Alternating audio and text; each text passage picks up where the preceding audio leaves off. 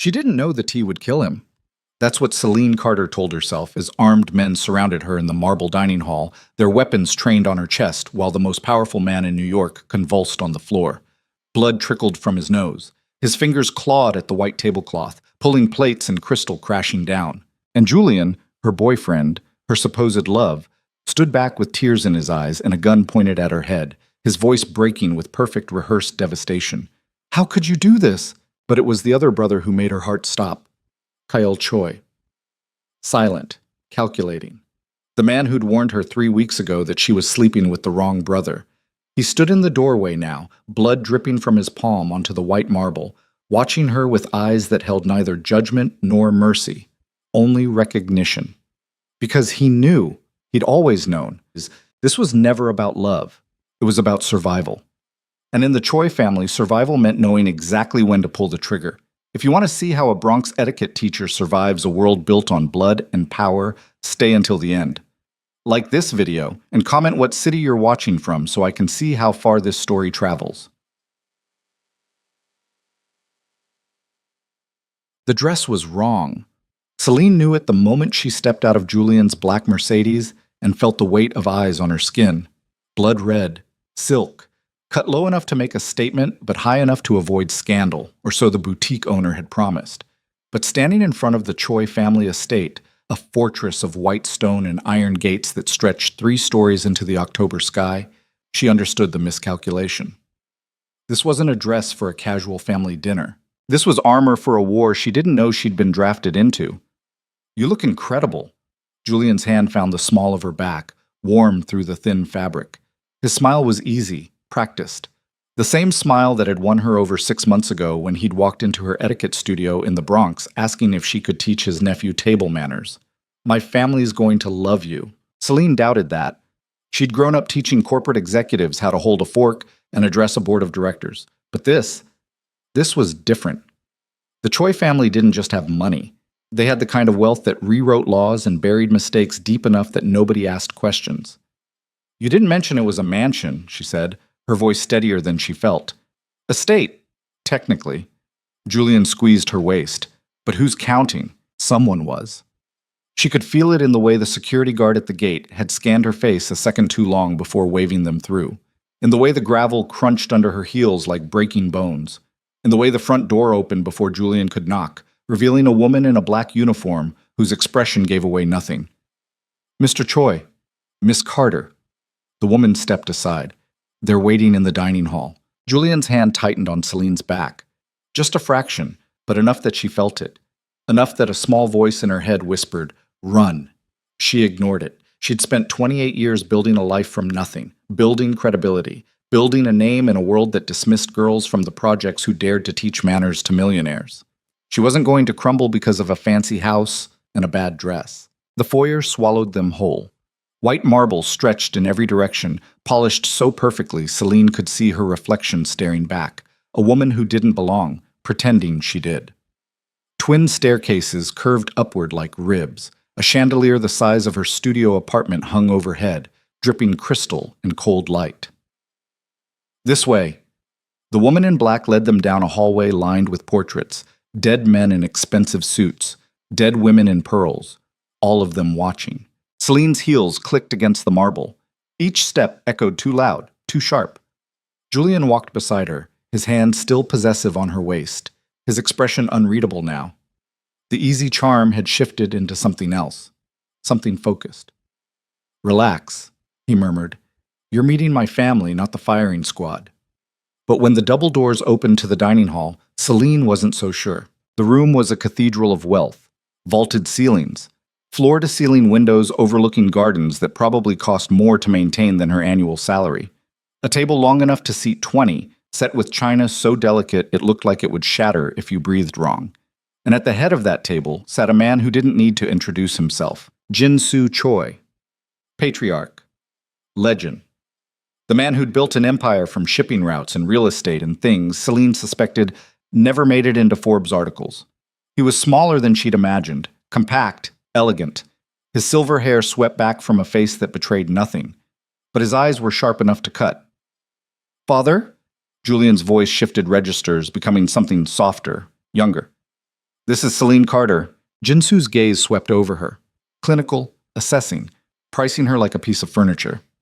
Miss Carter. His accent was faint but precise. Julian speaks highly of you. Thank you, Mr. Choi. Celine extended her hand, remembering every rule she'd ever taught. Firm grip, eye contact, confidence without arrogance. It's an honor to sit. He didn't take her hand, just gestured to a chair halfway down the table, not beside Julian, not near the patriarch, somewhere in the middle distance where she could be observed but not heard. Julian's jaw tightened, but he smiled. Of course. They sat. The woman in black poured wine without being asked, a red so dark it looked like blood in the crystal. Celine didn't drink. She watched. Because in the silence that followed, she realized three things very quickly. 1. Julian was nervous.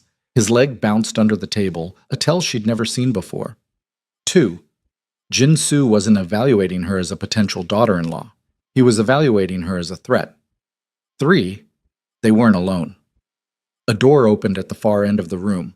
Footsteps, measured and deliberate. And then a man walked in who made every instinct in Celine's body go quiet and still.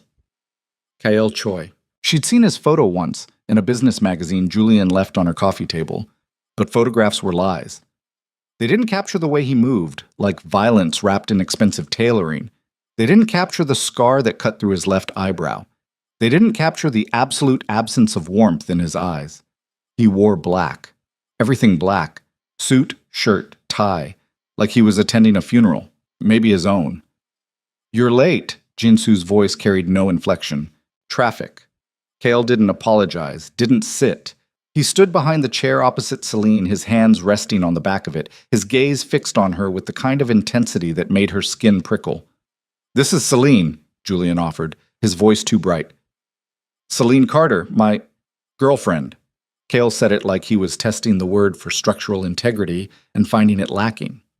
The etiquette teacher. Tutor, Celine corrected before she could stop herself. I specialize in executive coaching. Something flickered across Kael's face. Not amusement. Not quite. Executive coaching. In the Bronx.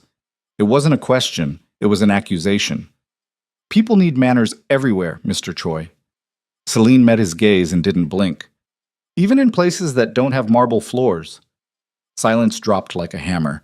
Julian laughed. High. Nervous. Celine's got a sharp tongue. I told you she was special. Kael's eyes didn't leave hers. Special. Yes. That's one word for it. Jinsu raised a hand. Enough.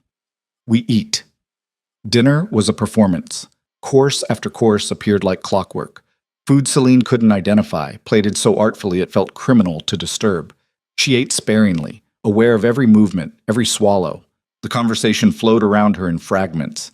Business deals, property acquisitions, names she didn't recognize attached to sums that made her chest tight. Julian participated when spoken to, but his usual confidence was muted here. Neutered. He was a child at this table, no matter how expensive his suit. Kael said nothing. He ate methodically, precisely. His attention split between his father and Celine in a way that made her feel like she was being catalogued, dissected. Miss Carter? Jinsu's voice cut through the ambient noise. Julian tells me you grew up in public housing. The table went silent.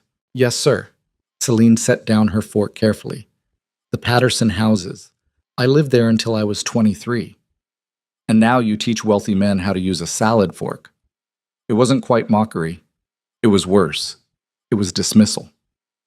I teach people how to navigate spaces they weren't born into, Celine said evenly. How to earn respect in rooms that don't want to give it. Jinsu's expression didn't change. Admirable. And profitable? Enough. Enough for what? The question hung in the air like a blade. Enough to build a life, Celine said. Enough to choose who I let into it. Kael's fork paused midway to his mouth. For the first time all evening, something almost resembling interest crossed his face. Choice. Jinsu leaned back in his chair. An illusion we sell to people who want to believe they control their own destiny. Some of us earn it, Celine said, and some of us inherit it. Jinsu smiled, but it didn't reach his eyes. Which would you prefer, Miss Carter? It was a test. She could feel Julian's tension radiating from across the table, could see the warning in his eyes. Don't engage, don't challenge. But Celine had spent her whole life being underestimated. Neither, she said. I prefer to build something that can't be taken away by men who think power is a birthright. The silence that followed was absolute. Then Jinsu laughed, a sound like gravel shifting. Julian, you brought a fighter. He stood, and everyone stood with him. I approve. Dinner is finished. He left without another word. The woman in black appeared to clear plates, moving like a ghost through the wreckage. Julian grabbed Celine's arm the moment they were alone. What the hell was that? What? You don't talk to my father like what? Like someone who has a spine? Celine pulled her arm free. You told me this was a casual dinner. It was supposed to be. Julian ran a hand through his hair. You were supposed to smile and nod and let me handle it. Handle what, exactly? He didn't answer. He was staring at something over her shoulder, and when Celine turned, she understood why. Kael stood in the doorway, watching them. Julian. His voice was flat. Father wants to see you, alone. Julian's face went pale. Now? Now. He hesitated, looking between Celine and his brother like a man trying to choose which fire to walk through. I'll be right back. He squeezed Celine's hand. Wait here. Then he was gone, following Kael out of the room like a dog called to heel. Celine stood alone in the dining hall, surrounded by the ghosts of wealthy men and the echo of her own heartbeat. She counted to 60, then to 100. Outside, the gardens had gone dark, and the windows reflected her own image back, a woman in a red dress standing in a room too big for her, too cold. She was about to leave when she heard it. Footsteps. Not Julian's. These were heavier, deliberate. Kael appeared in the doorway, alone this time, his hands in his pockets. He'll be a while, he said. Celine straightened. I can wait. Can you? Excuse me? Kael moved into the room, each step measured. He stopped 3 feet away, close enough that she could see the flecks of gold in his dark eyes, could smell expensive cologne and something underneath it. Copper. Blood. You're smart, he said. Smarter than you're pretending to be. I'm not pretending anything. You stood up to my father. Most people don't do that, not on their first visit. He tilted his head, which means either you're reckless or you're playing a deeper game than my brother realizes. Celine's pulse kicked up, but she kept her voice level. I'm not playing anything. I'm here because Julian invited me. Julian? Kael smiled, and it was the most dangerous expression Celine had ever seen. My brother invites a lot of people into his life. Most of them regret it. Is that a threat? It's a fact. He reached out, and before Celine could step back, his fingers brushed the diamond pendant at her throat, the one Julian had given her last month. He likes to collect beautiful things, likes to show them off, but he's careless with what he owns. Celine's hand snapped up, catching his wrist. I'm not property. No, Kael's gaze locked onto hers. You're not, which is why you should leave. Why would I do that? His fingers closed around the pendant, not pulling, just holding. Because you're with the wrong brother. The words were a knife between her ribs. Celine released his wrist and stepped back, her heart hammering against her sternum. You don't know me. I know enough. Kael straightened his cuff, his expression returning to neutrality. I know Julian brought you here for a reason that has nothing to do with love. I know you're smart enough to sense that, and I know that if you stay, you'll regret it. Why are you telling me this? Professional courtesy. He turned to leave, then paused at the door. Or maybe I just prefer honest enemies to dishonest allies. He was gone before Celine could respond. She stood there shaking, not with fear, but with something worse. Recognition. Because underneath the warning, underneath the threat, she'd heard something else. Truth.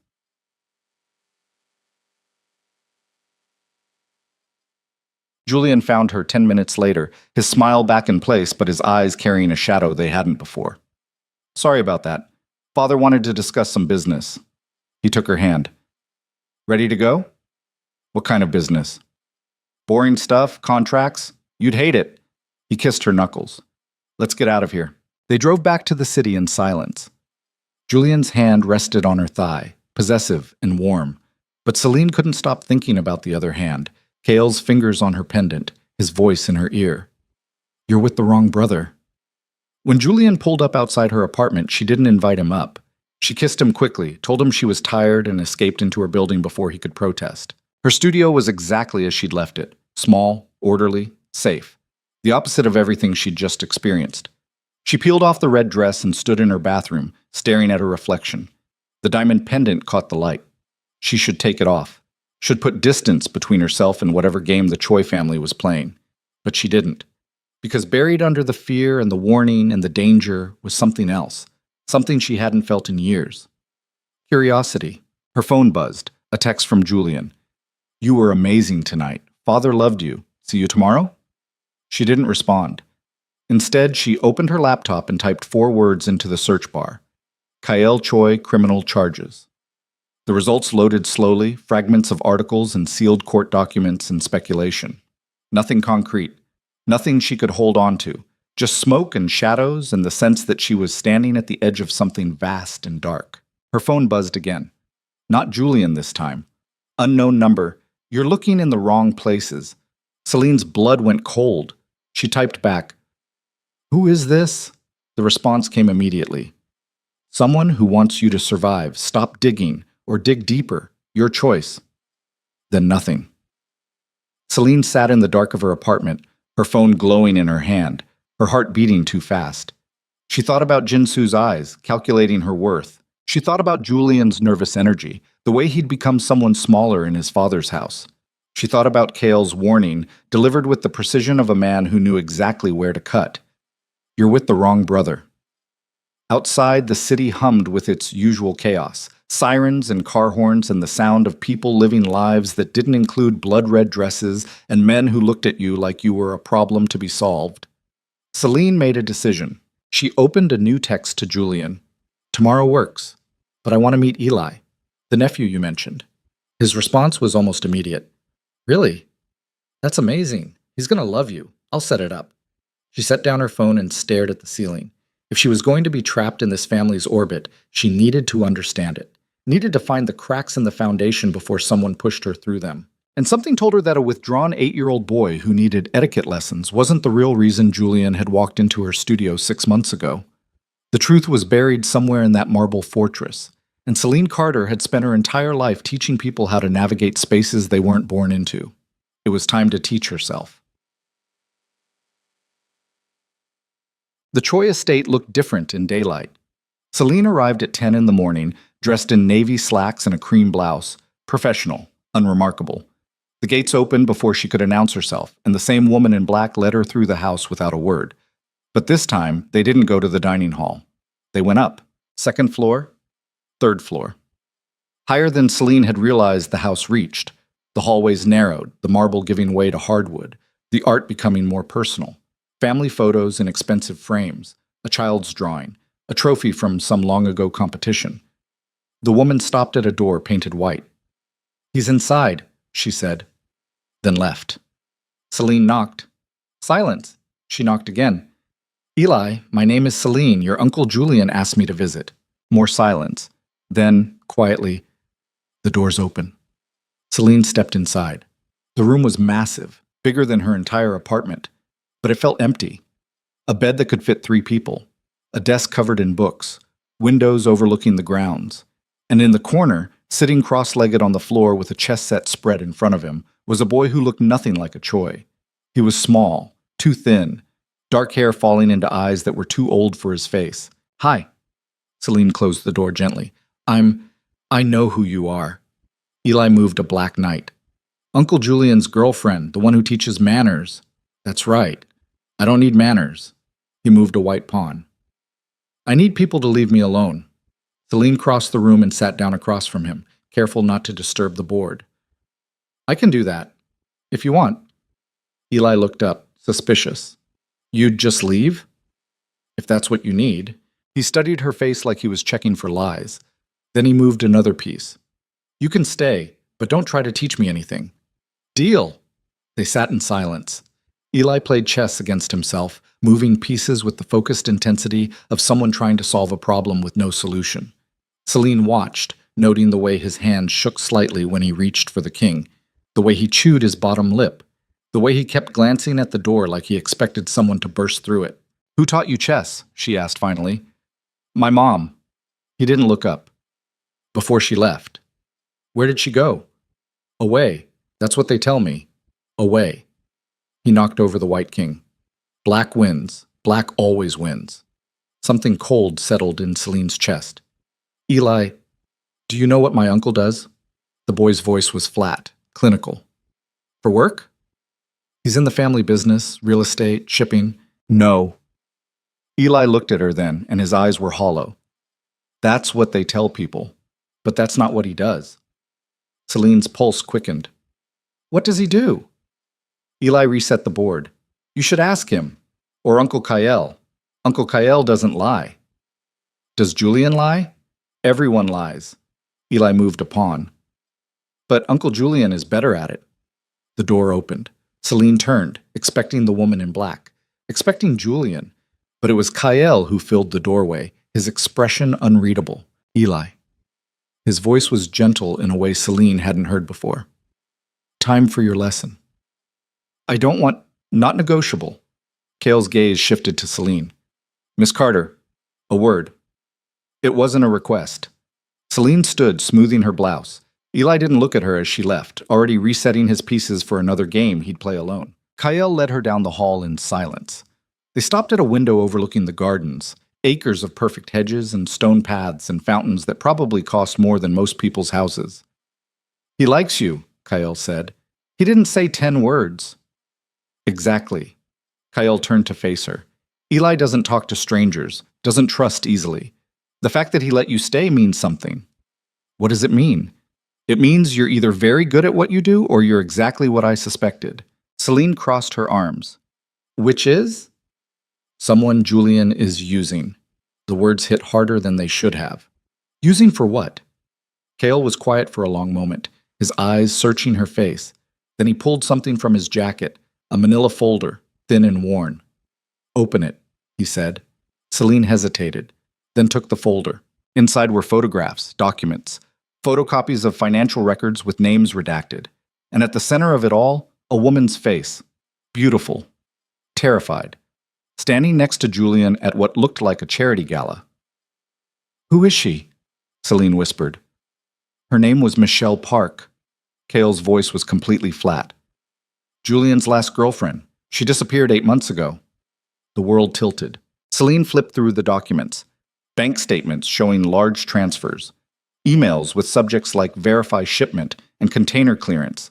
And at the bottom, a police report. Filed, investigated, closed due to lack of evidence. Michelle worked for the family, Kale continued. Administrative assistant. Smart. Ambitious. Julian pursued her the same way he pursued you. Charm, gifts, promises of a future. Celine's hands were shaking. What happened to her? Officially, she left the city, moved to California, started a new life. Unofficially? Kale took the folder back.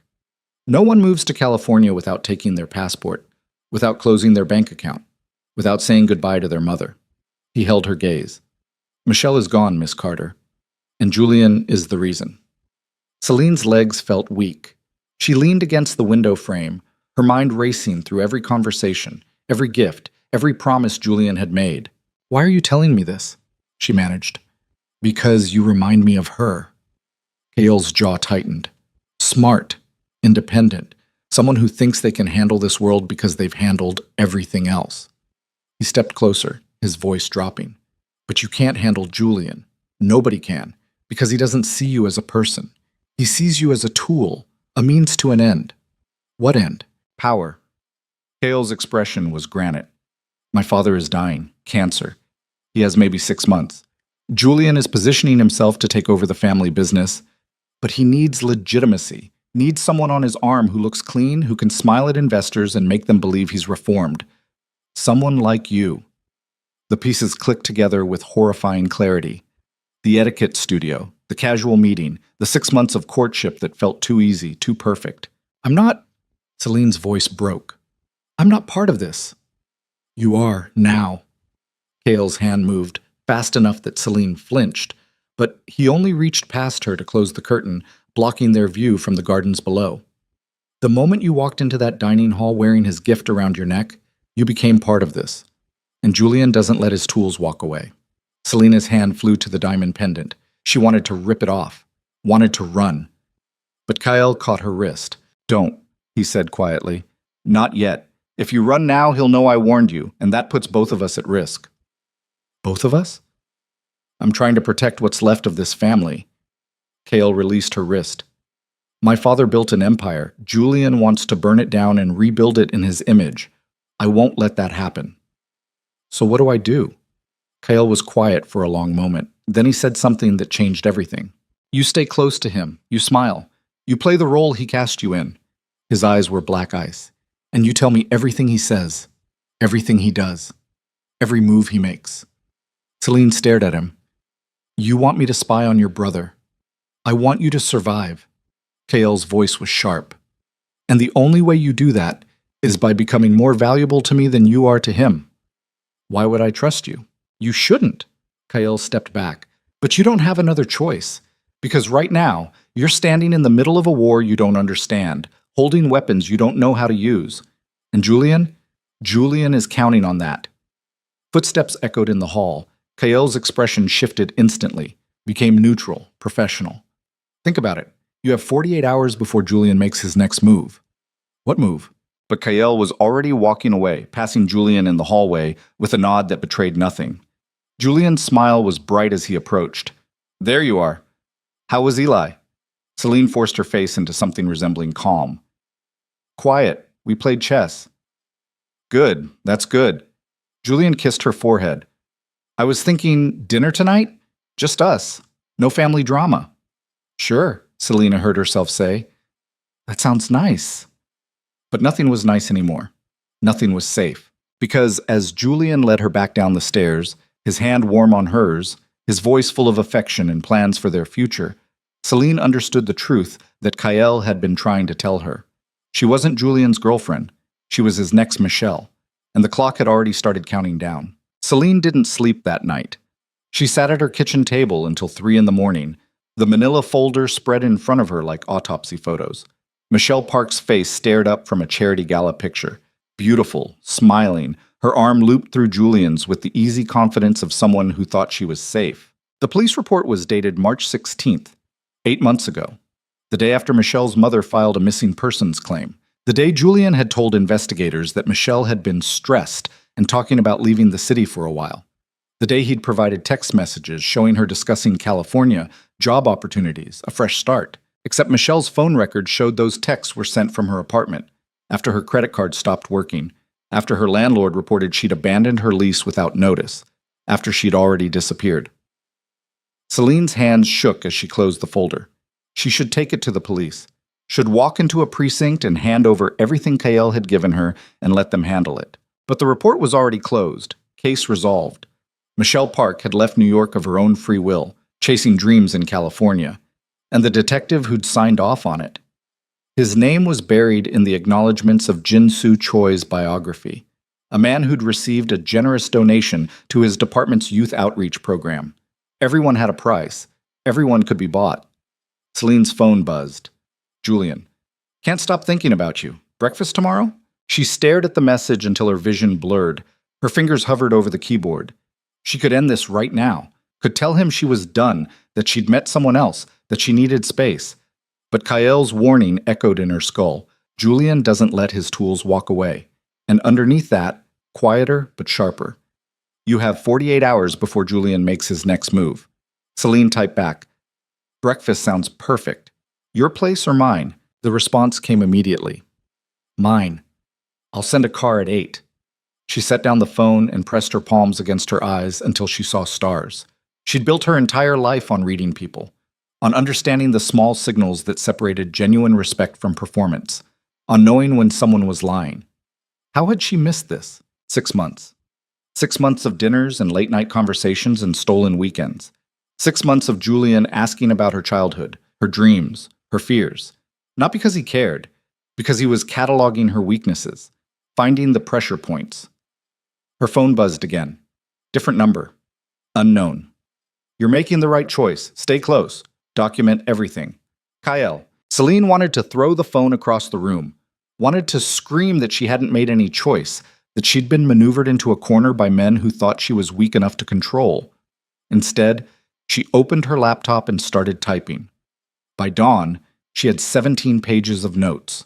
Every conversation with Julian, every gift, every introduction to his world, dates, times, names, a timeline that showed exactly how deliberate his courtship had been, how calculated. She saved the document to 3 different cloud services under passwords Julian would never guess. Then she took a shower hot enough to burn, dressed in the most professional outfit she owned, and waited for the car. It arrived at 7:55. Black Mercedes, tinted windows. The same driver who'd taken her to the estate. A man who never spoke but whose eyes tracked everything in the rearview mirror. They didn't go to Julian's apartment in Manhattan. They went back to the estate. Celine's stomach dropped as the gates opened.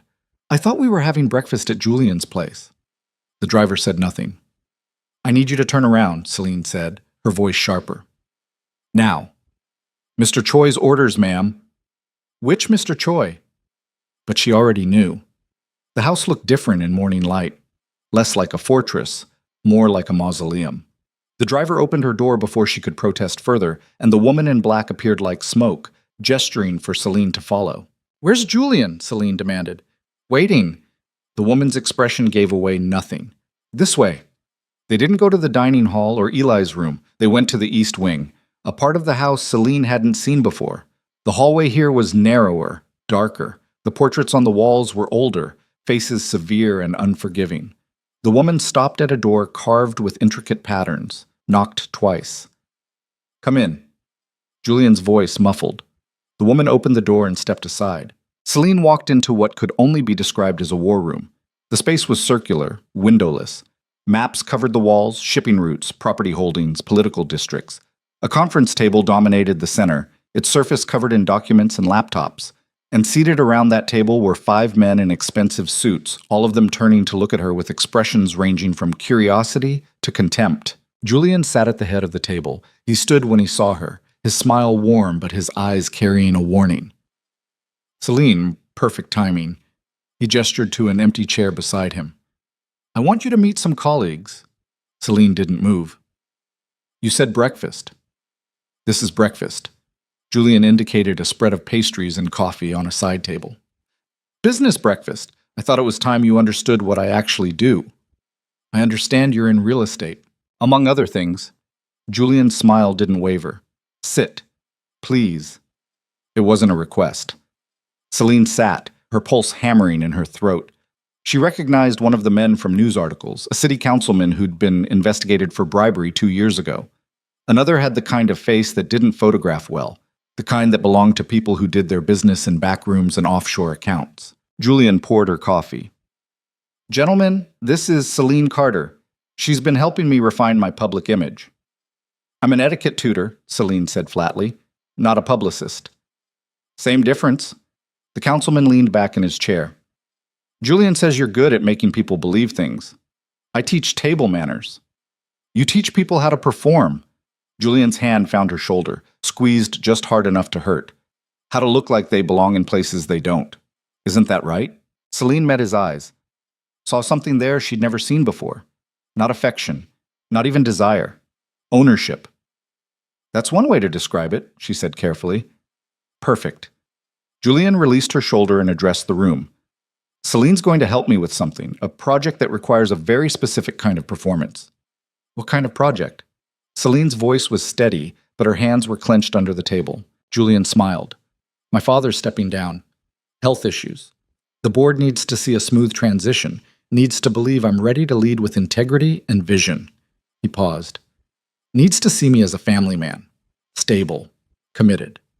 The pieces clicked together with sickening clarity.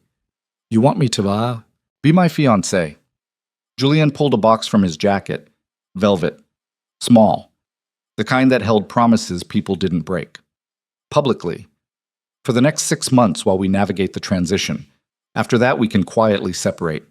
You'll be compensated generously. Celine stared at the box. "This is insane. This is business." Julian opened the box. Inside was a ring, emerald-cut diamond, at least 3 carats, set in platinum. "You'll attend events, smile at investors, play the role of the woman who reformed Julian Choi. In exchange, I'll pay off your student loans, set you up with a studio in a better neighborhood, and ensure you never have to worry about money again." I don't want your money. Everyone wants money, Celine. They just pretend they don't. Julian lifted the ring from its velvet bed. This is a good deal. The best you're going to get from someone like me. Someone like you. A Choi. His smile was sharp. We don't make offers twice.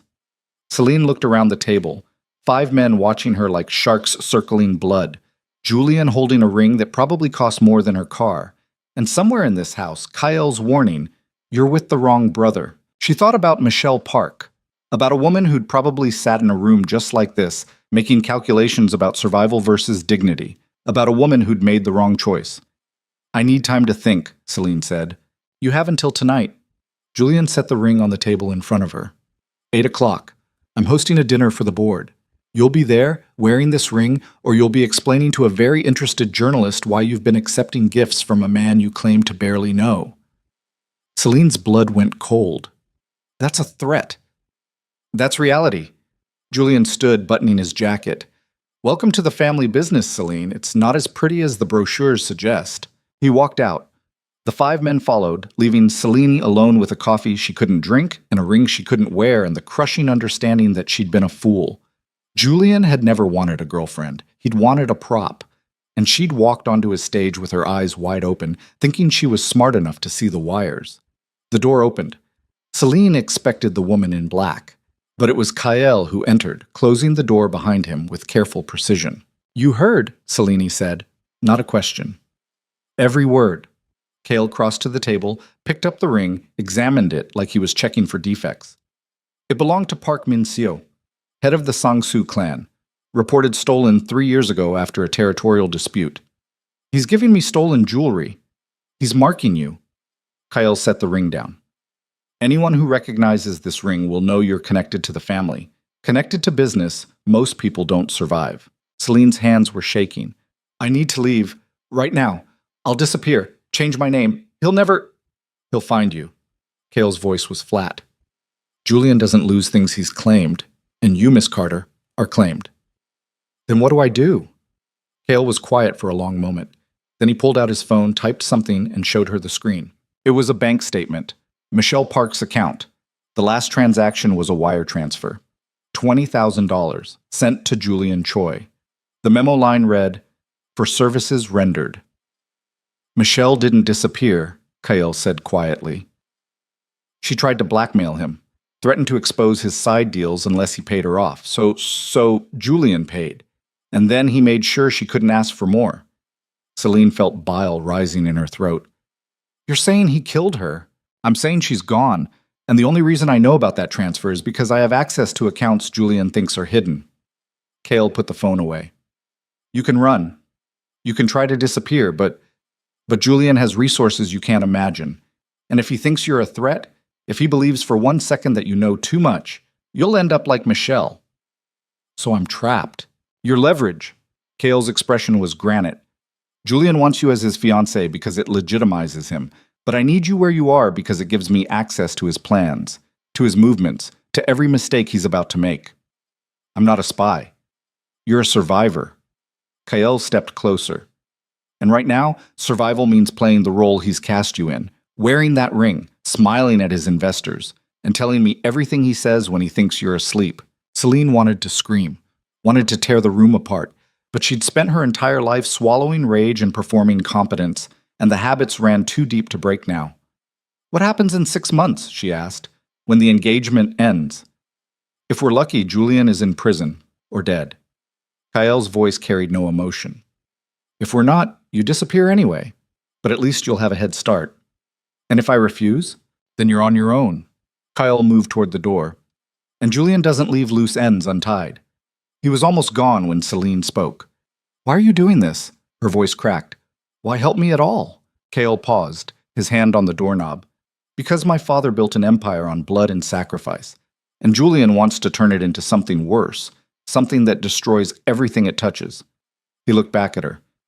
Michelle Park was a warning I ignored. I won't make that mistake again. Then he was gone.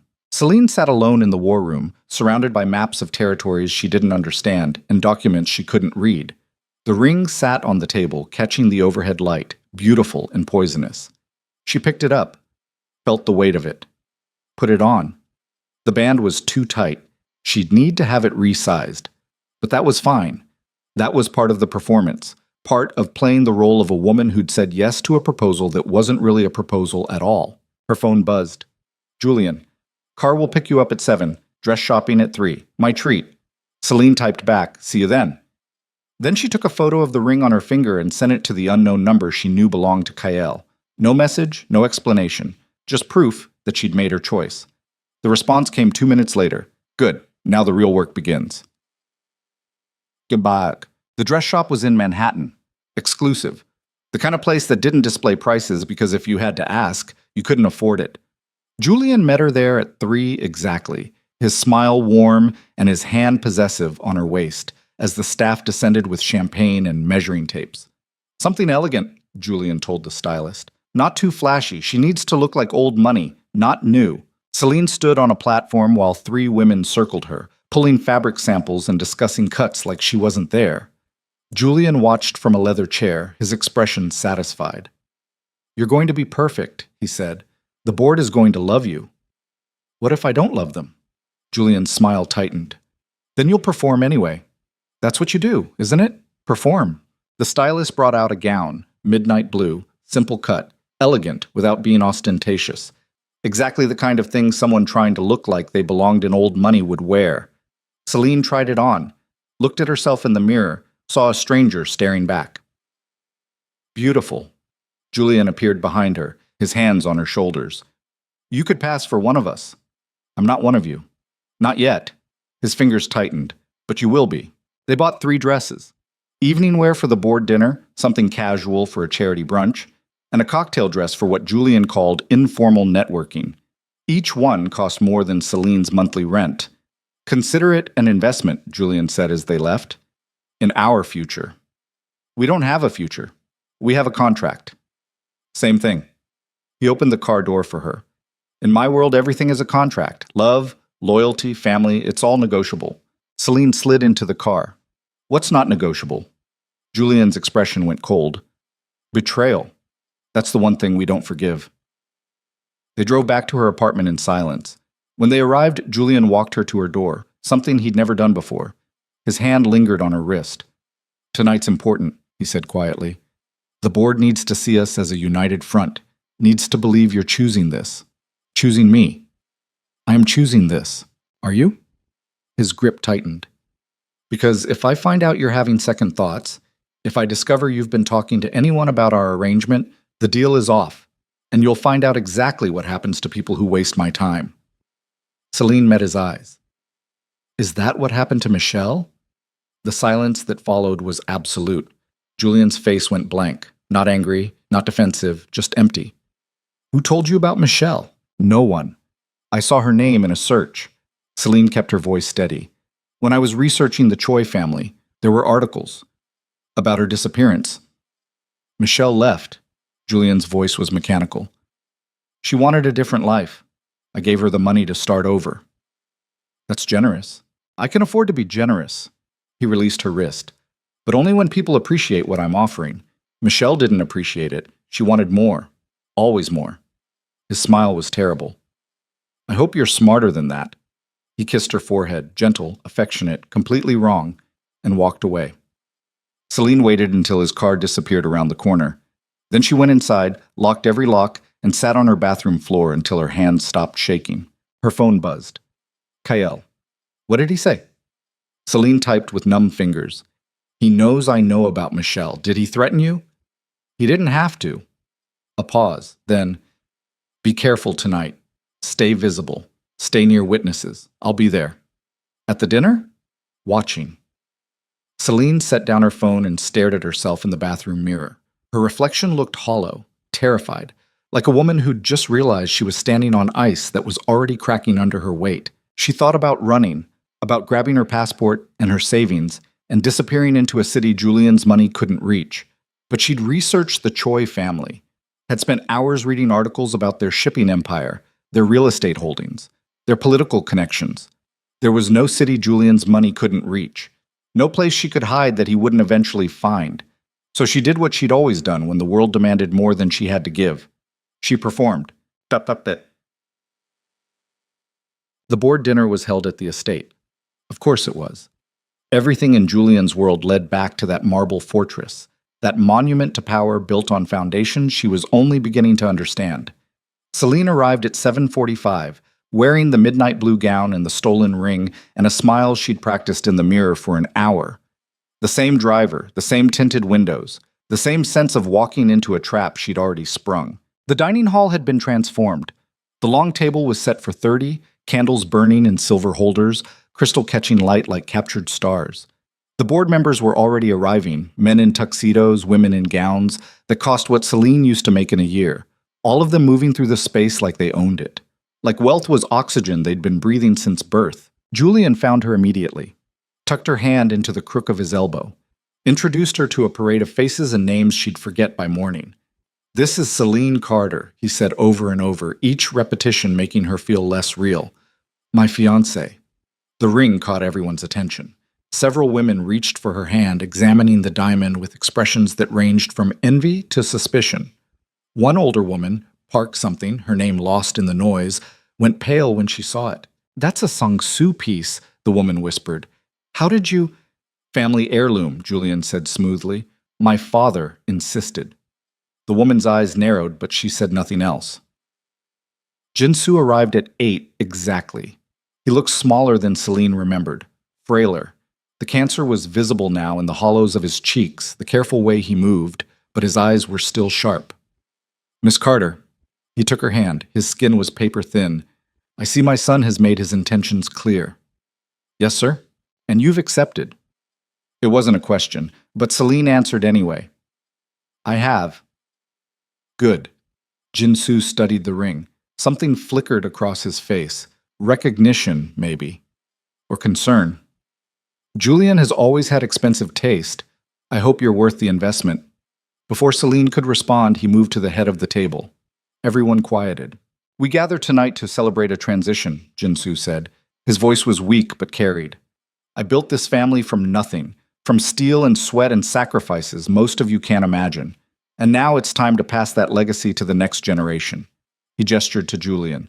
"My son will lead us into a new era, an era of legitimacy, of growth, of power that doesn't need to hide in shadows." Applause, polite, calculated. Julian stood, pulling Celine up with him. "Thank you, Father. I promise to honor everything you've built, to protect this family's interests, and to ensure that the Choi name remains synonymous with excellence." More applause. Julian's hand was crushing hers. They sat. Dinner began. Course after course, each one more elaborate than the last. Celine ate mechanically, her attention split between the conversations around her and the exits she'd already mapped. Kale wasn't there. She'd searched the room twice, looked for his face in the crowd of servers and security. Nothing. "Watching," he'd said. But from where? Halfway through the main course, Julian's phone vibrated. He checked it, his expression shifting. Then he leaned close to Celine. "I need to handle something. Stay here. Smile. Don't talk to anyone about anything important." "What's happening?" "Business." He kissed her cheek. "I'll be back in 20 minutes. He left. Celine sat alone at the table, surrounded by strangers in expensive clothes who looked at her like she was a curiosity, an outsider wearing the right costume, but still obviously wrong. "You're very brave." The voice came from her left. A woman in emerald green, older, elegant. "Taking on Julian Choi." "I'm not taking him on. I'm marrying him." "Same thing." The woman sipped her wine. "He's not an easy man. His mother found that out the hard way." Celine's pulse quickened. "His mother?" "Died when Julian was 12. Car accident. Very tragic." The woman's expression was carefully neutral. Though some of us wondered about the timing, she'd just filed for divorce, was planning to take the boys and leave the country. "I didn't know that." Jinsu doesn't advertise his failures. And a wife who wanted to leave? That's definitely a failure. The woman set down her glass. "I'm Margaret Chen. I knew Julian's mother. We were friends." "Were?" It's hard to stay friends with dead women. Margaret's smile was sad. "But I remember what she told me. Right before the accident, she said Julian was becoming just like his father, cold, calculated, willing to sacrifice anything for power." "Why are you telling me this?" "Because you're wearing a ring that belonged to a man my husband helped put in prison. And Julian Choi doesn't give family heirlooms to women he loves. He gives them to women he wants to own. Margaret stood. Be careful, Miss Carter. The Choi men collect beautiful things, but they don't know how to keep them alive. She walked away, leaving Celine alone with a truth she couldn't unsee. Julian's mother had tried to leave, and died in a convenient accident. Michelle had tried to blackmail him, and disappeared. Celine was trying to survive, and wearing a stolen ring that marked her as property. She stood abruptly, her chair scraping against marble. Several heads turned. She forced a smile. Restroom, excuse me. She walked out of the dining hall on legs that barely held her weight, found a bathroom, locked herself inside. Her phone buzzed. KL, East Wing, third door on the left. Now. Celine stared at the message. Every instinct screamed at her to go back to the dinner, to stay visible, to follow the plan. But Kael's urgency cut through the noise. She left the bathroom and moved through the house like a ghost. East Wing, the portraits watching, the hallway narrowing, third door on the left. It was unlocked. Inside was an office, dark wood, leather chairs, a desk covered in documents. And standing at the window, his silhouette sharp against the night sky, was Kael. What's wrong? Celine closed the door behind her. Kael turned. His face was carved from stone. Julian's making his move, tonight. What move? He's transferring assets, using your name, your social security number, your bank account. Kael pulled up something on a laptop. He's been building a financial trail for 3 weeks.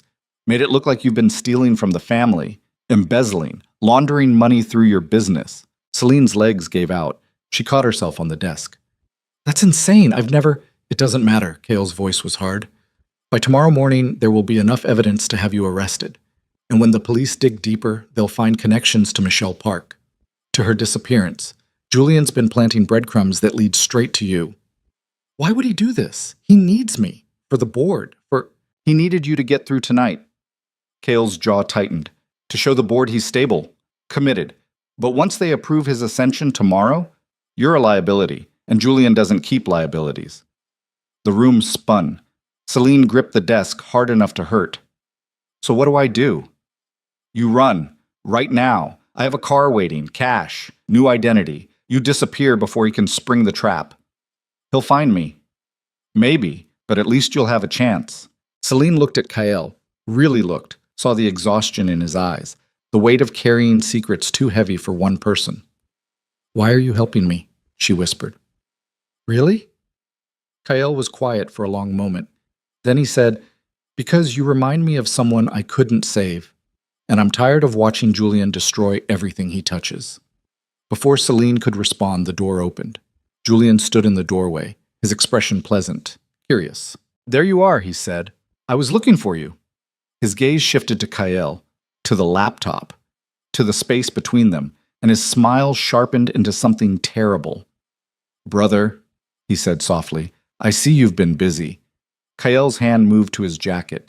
Celine saw the outline of a gun. Don't, Julian said. His voice was calm, reasonable. We're family. We don't draw on family. You stopped being family when you killed Mother. Kael's words dropped like stones. Silence crashed down. Julian's expression didn't change. That's a very serious accusation. Do you have proof? I have enough. Do you? Julian stepped into the room, closed the door behind him. Because from where I'm standing, it looks like you're the one plotting, helping my fiancé steal from the family, building a case against me. That's what the evidence will show. That's what Father will believe when I present it tomorrow. Celine's heart hammered against her ribs. She was trapped between them, between the man who'd claimed her and the man who'd tried to save her.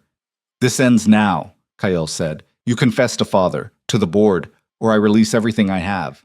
Everything you have is circumstantial. Theories, no bodies, no proof.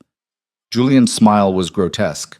But what I have, financial records, video footage of Celine accessing restricted files, testimony from witnesses who saw her with Michelle Park weeks before Michelle disappeared.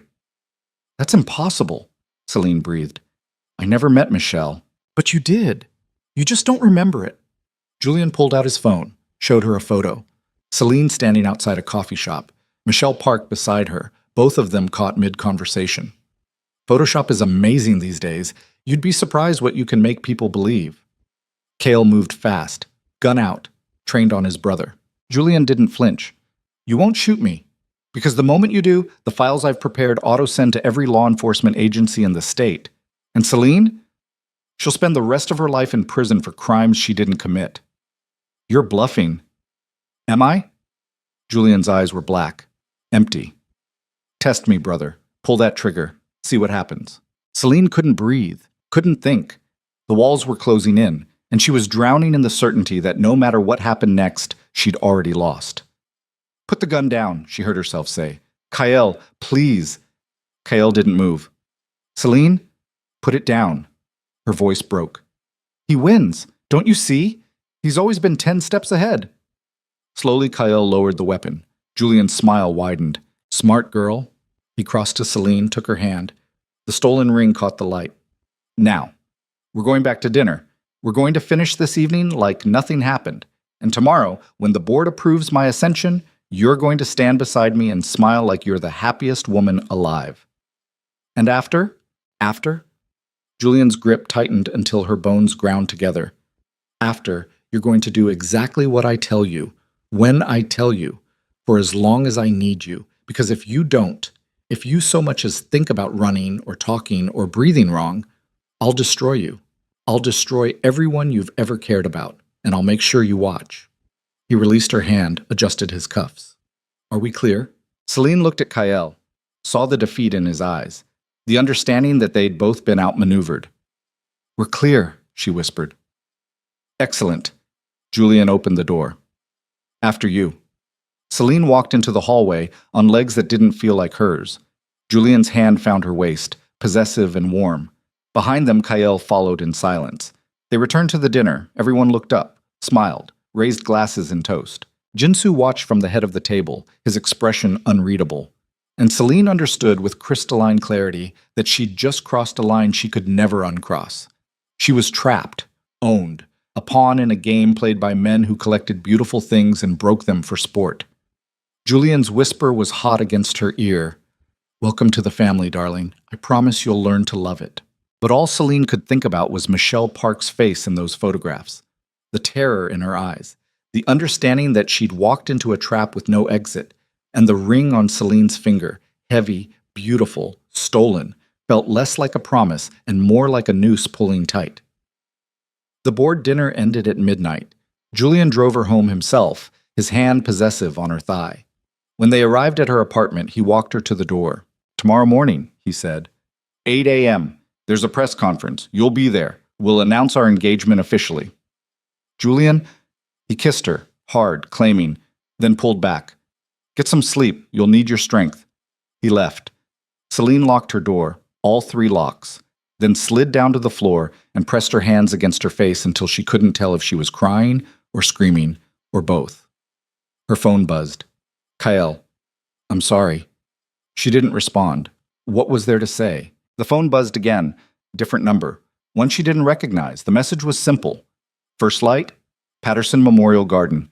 Come alone or don't come at all. Celine stared at the text until her vision blurred. It could be a trap. Could be Julian testing her. Could be someone working for him, trying to see if she'd run. But something in her chest, the part that had spent 28 years teaching herself to survive, told her this was different. This was her last chance. She looked at the clock. 3 a.m. First light would come around 5:30. 2.5 hours to decide if she wanted to live or if she wanted to keep pretending survival was enough. Celine stood, walked to her bedroom, pulled out the manila folder Kael had given her. Michelle Park's face stared up at her, beautiful and doomed. Then she pulled out a second folder, the one she'd compiled herself. 17 pages of notes, dates, times, evidence. She photographed every page, uploaded them to 4 different cloud accounts, encrypted them, created dead man switches that would send the files to journalists if she didn't check in every 12 hours. If Julian wanted to own her, he was going to have to own all of her, including the parts that knew how to burn his empire to the ground. By the time she finished, the sky outside was beginning to shift from black to gray. First light. Celine dressed in running clothes, grabbed her phone, left her apartment keys on the counter. She wasn't sure if she was coming back. Patterson Memorial Garden was in the Bronx, her old neighborhood, the place she'd spent her childhood navigating streets that taught you early, survive or die. There was no middle ground. She took a cab, paid cash, arrived as the sun broke over the horizon, painting the sky in shades of blood and gold. The garden was empty, just stone benches and overgrown paths, and the ghosts of people who'd tried to find peace in a world that didn't offer it. Celine sat on a bench and waited. At exactly 5:45, a woman appeared, older, elegant, carrying a coat over one arm. Margaret Chen, the woman from the dinner. "You came," Margaret said. "I wasn't sure you would." "Who are you?" Celine's voice was hoarse. "Really?" Margaret sat beside her. Someone who loved Julian's mother. Someone who's been watching the Choi family destroy itself for 30 years. And someone who has information that could put Julian in prison for the rest of his life. She pulled a USB drive from her pocket, set it on the bench between them. "Everything's on here. Financial records, witness statements, proof that Julian orchestrated his mother's death, proof of what happened to Michelle Park, proof of every crime he's committed in the last decade." Celine stared at the drive. "Why give this to me? Because you're his weak point."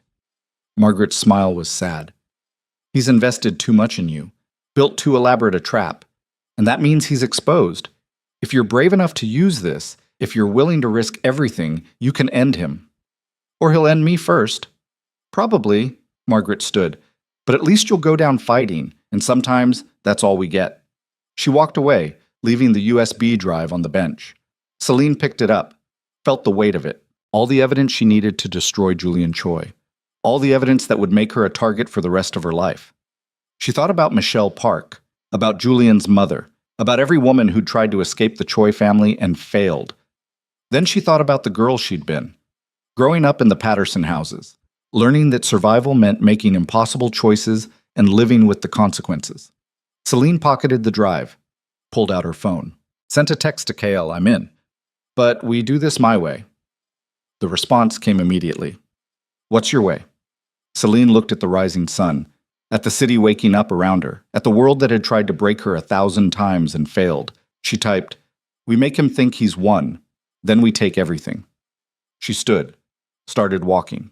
Not back to her apartment, not to Julian, not to safety, forward, into the fire. Because Celine Carter had spent her entire life teaching people how to navigate spaces they weren't born into.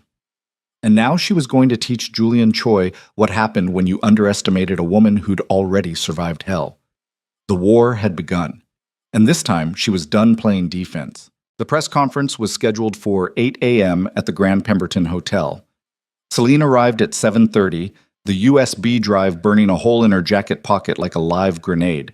She'd spent the cab ride memorizing every file Margaret had given her, bank statements tracing money from Jin Su's accounts through shell corporations to a mechanic shop that had serviced Julian's mother's car the day before her brakes failed. Witness testimony from a dock worker who'd seen Julian meeting with known enforcers from the Sang-Soo clan the week Michelle Park disappeared.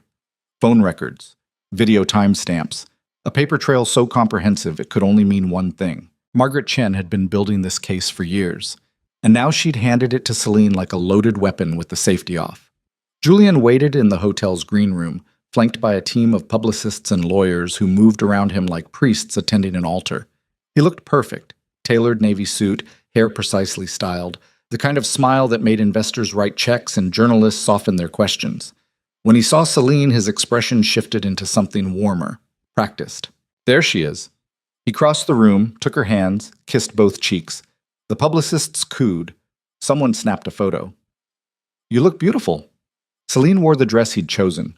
Cream silk, pearls at her throat, hair pulled back to show off the stolen ring that caught every light in the room. "I'm ready," she said. Julian's eyes searched her face, looking for cracks, for signs of the woman who'd stood in his brother's office 12 hours ago, trapped between two men who both wanted to use her. But Celine had spent the night rebuilding herself, brick by brick, lie by lie. She smiled. Let him see only what he needed to see: compliance, resignation, defeat. Good. Julian squeezed her hands. Remember, we're in love. This is a celebration. The press will ask about the engagement, about our plans. You defer to me for anything substantive. Smile. Look happy. That's all you need to do. What about questions about your mother? About Michelle Park? The room went silent. Every publicist stopped moving. The lawyers exchanged glances. Julian's grip tightened enough to hurt. There won't be questions about that. But if there are, there won't be. His voice dropped to a whisper only she could hear. Because I've made sure the only journalists in that room are ones who know what questions to avoid. And if anyone goes off script, they'll find their careers very suddenly over. He released her hands, straightened his cuffs. Showtime. The press room was packed. Cameras lined the back wall. Reporters filled every seat, notebooks open, recording devices live. Celine recognized faces from major outlets, Times, Journal, local news stations. All of them watching as Julian took the podium with her standing slightly behind him, the perfect picture of supportive fiancé. Good morning. Julian's voice carried easily, confident, commanding. Thank you all for coming. I'm here today to share some personal news that I'm incredibly excited about.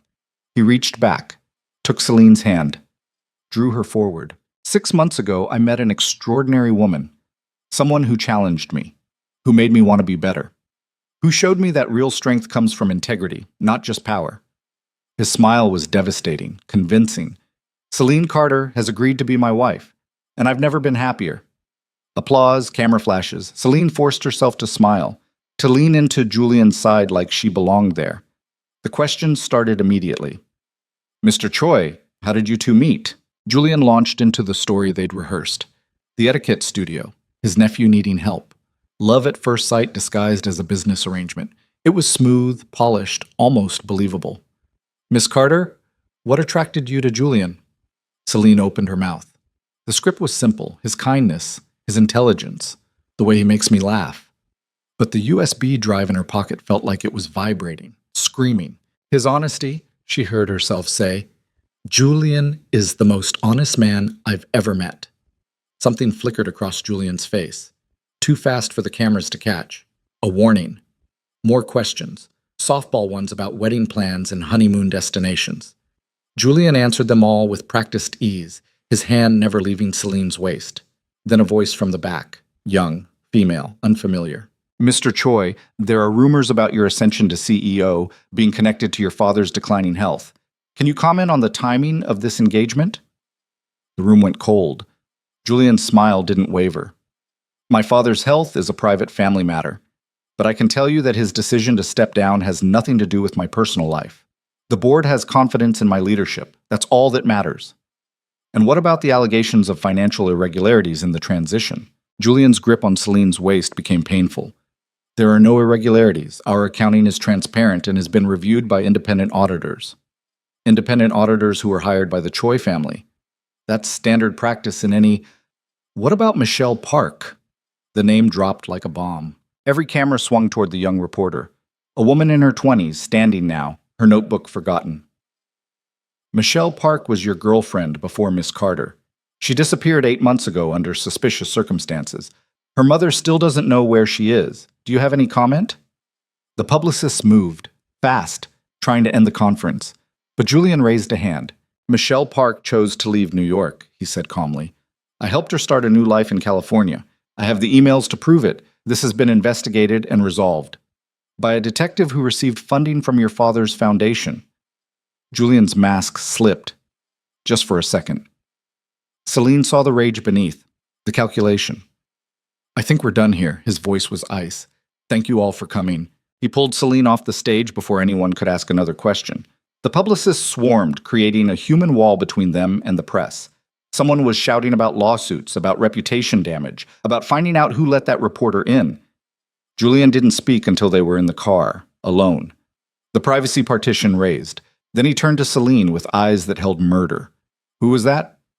I don't know. Don't lie to me. His hand shot out, grabbed her jaw, forced her to look at him. Who was that? I don't know. Celine tried to pull away, but his grip was iron. Maybe someone who actually cares about Michelle. About the truth. The truth, Julian laughed, released her face. The truth is whatever I say it is. That's how power works, Celine. That's what you still don't understand. He pulled out his phone, made a call. Find her, the reporter. I want her name, her address, every article she's ever written, and I want to know who's feeding her information. He ended the call. Looked at Celine. Did you talk to someone? Did Kael give you... No. Celine's voice was steady despite the fear crawling up her spine. I've been with you, you know that, every minute since last night. Julian studied her face, looking for tells, for lies. Finally, he relaxed. Marginally. Good. Because if I find out you've been working against me, what I do to you will make Michelle's disappearance look like mercy. The car pulled up to the estate. Jin-Soo was waiting in the foyer, his face carved from granite. My office, he said. Both of you. Now. Julian's confidence evaporated. He became something smaller, younger, a child called to answer for breaking something valuable. They followed Jin-Soo through the house, past the portraits, past the marble and crystal, into a room Celine hadn't seen before, a study lined with books in languages she couldn't read, dominated by a desk that looked older than the building itself. Jin-Soo sat, didn't invite them to do the same. Explain, he said. How a press conference meant to legitimize this family became a public interrogation about missing women and financial fraud. It was sabotage. Julian's voice was tight. Someone planted that reporter, someone who wants to undermine my ascension. And who would want that? Silence. Jin-Soo's gaze shifted to Celine. Miss Carter, do you know anything about this? No, sir. You understand that if you're lying, if you've brought scandal into this family, there will be consequences. Celine met his eyes. I understand. Jin-Soo studied her for a long moment. Then he pulled out a folder, set it on the desk. I had you investigated, he said. Thoroughly. Background check. Financial history. Every relationship you've ever had. Every place you've ever lived. Celine's blood went cold. And do you know what I found? Jin-Soo opened the folder. A woman who grew up in poverty, who built a business from nothing, who has no criminal record, no suspicious associations, no red flags of any kind. He paused. Which makes you either exactly what you appear to be or the best operative I've ever seen. I'm not an operative. I'm an etiquette tutor who made the mistake of falling for the wrong man. Julian flinched. Jin-Soo smiled. It was the most terrifying expression Celine had ever seen. The wrong man. Interesting choice of words. He stood. Walked to the window. I built this family on blood and sacrifice. I've done things that would turn your stomach. Destroyed people who threatened what I was building. And I've never regretted a single decision. He turned. But I'm dying, and I need to know that what I've built will survive me. That the empire I'm leaving behind won't collapse the moment I'm gone. It won't, Julian said. I'll make sure. You'll make sure of nothing. Jin-Soo's voice cracked like a whip. You're reckless, arrogant. You think violence and intimidation are substitutes for strategy. You think making people afraid of you is the same as making them loyal. Father, I'm not finished. Jin-Soo moved back to his desk, pressed a button. A screen descended from the ceiling, already displaying an image, security footage, time-stamped from last night, showing Kael's office, showing Celine and Kael standing close, the laptop open between them, showing the moment Julian walked in. I see everything that happens in this house, Jin-Soo said quietly. Every conversation, every meeting, every betrayal. He pressed another button. The footage changed. Showed Celine leaving her apartment building at 5:30 that morning. Showed her getting into a cab. Showed her meeting Margaret Chen in Patterson Memorial Garden. Celine's heart stopped. You've been busy, Miss Carter. Jin-Soo's eyes were black, empty. Meeting with a woman who's been trying to destroy my family for 3 decades. A woman whose husband I ruined when he tried to steal from me. A woman who has every reason to want revenge. I didn't know who she was, Celine whispered. She approached me, said she had information about my son, about Julian's mother, about things that are none of your business. Jin-Soo pulled out a gun, set it on the desk between them. So now I need to know. Are you working with Margaret Chen? Are you trying to take down this family from the inside? No. Celine's voice cracked. I'm trying to survive. Survival. Jin-Soo picked up the gun, checked the chamber. Everyone who walks into this family says they want to survive. Julian's mother said it. Michelle Park said it. And now you.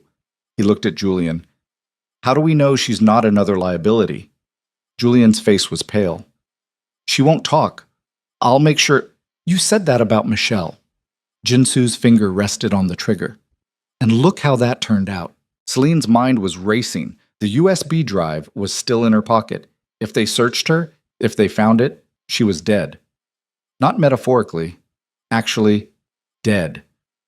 I don't know what Margaret told you, she said carefully, but whatever it was, I didn't take it. I didn't agree to help her.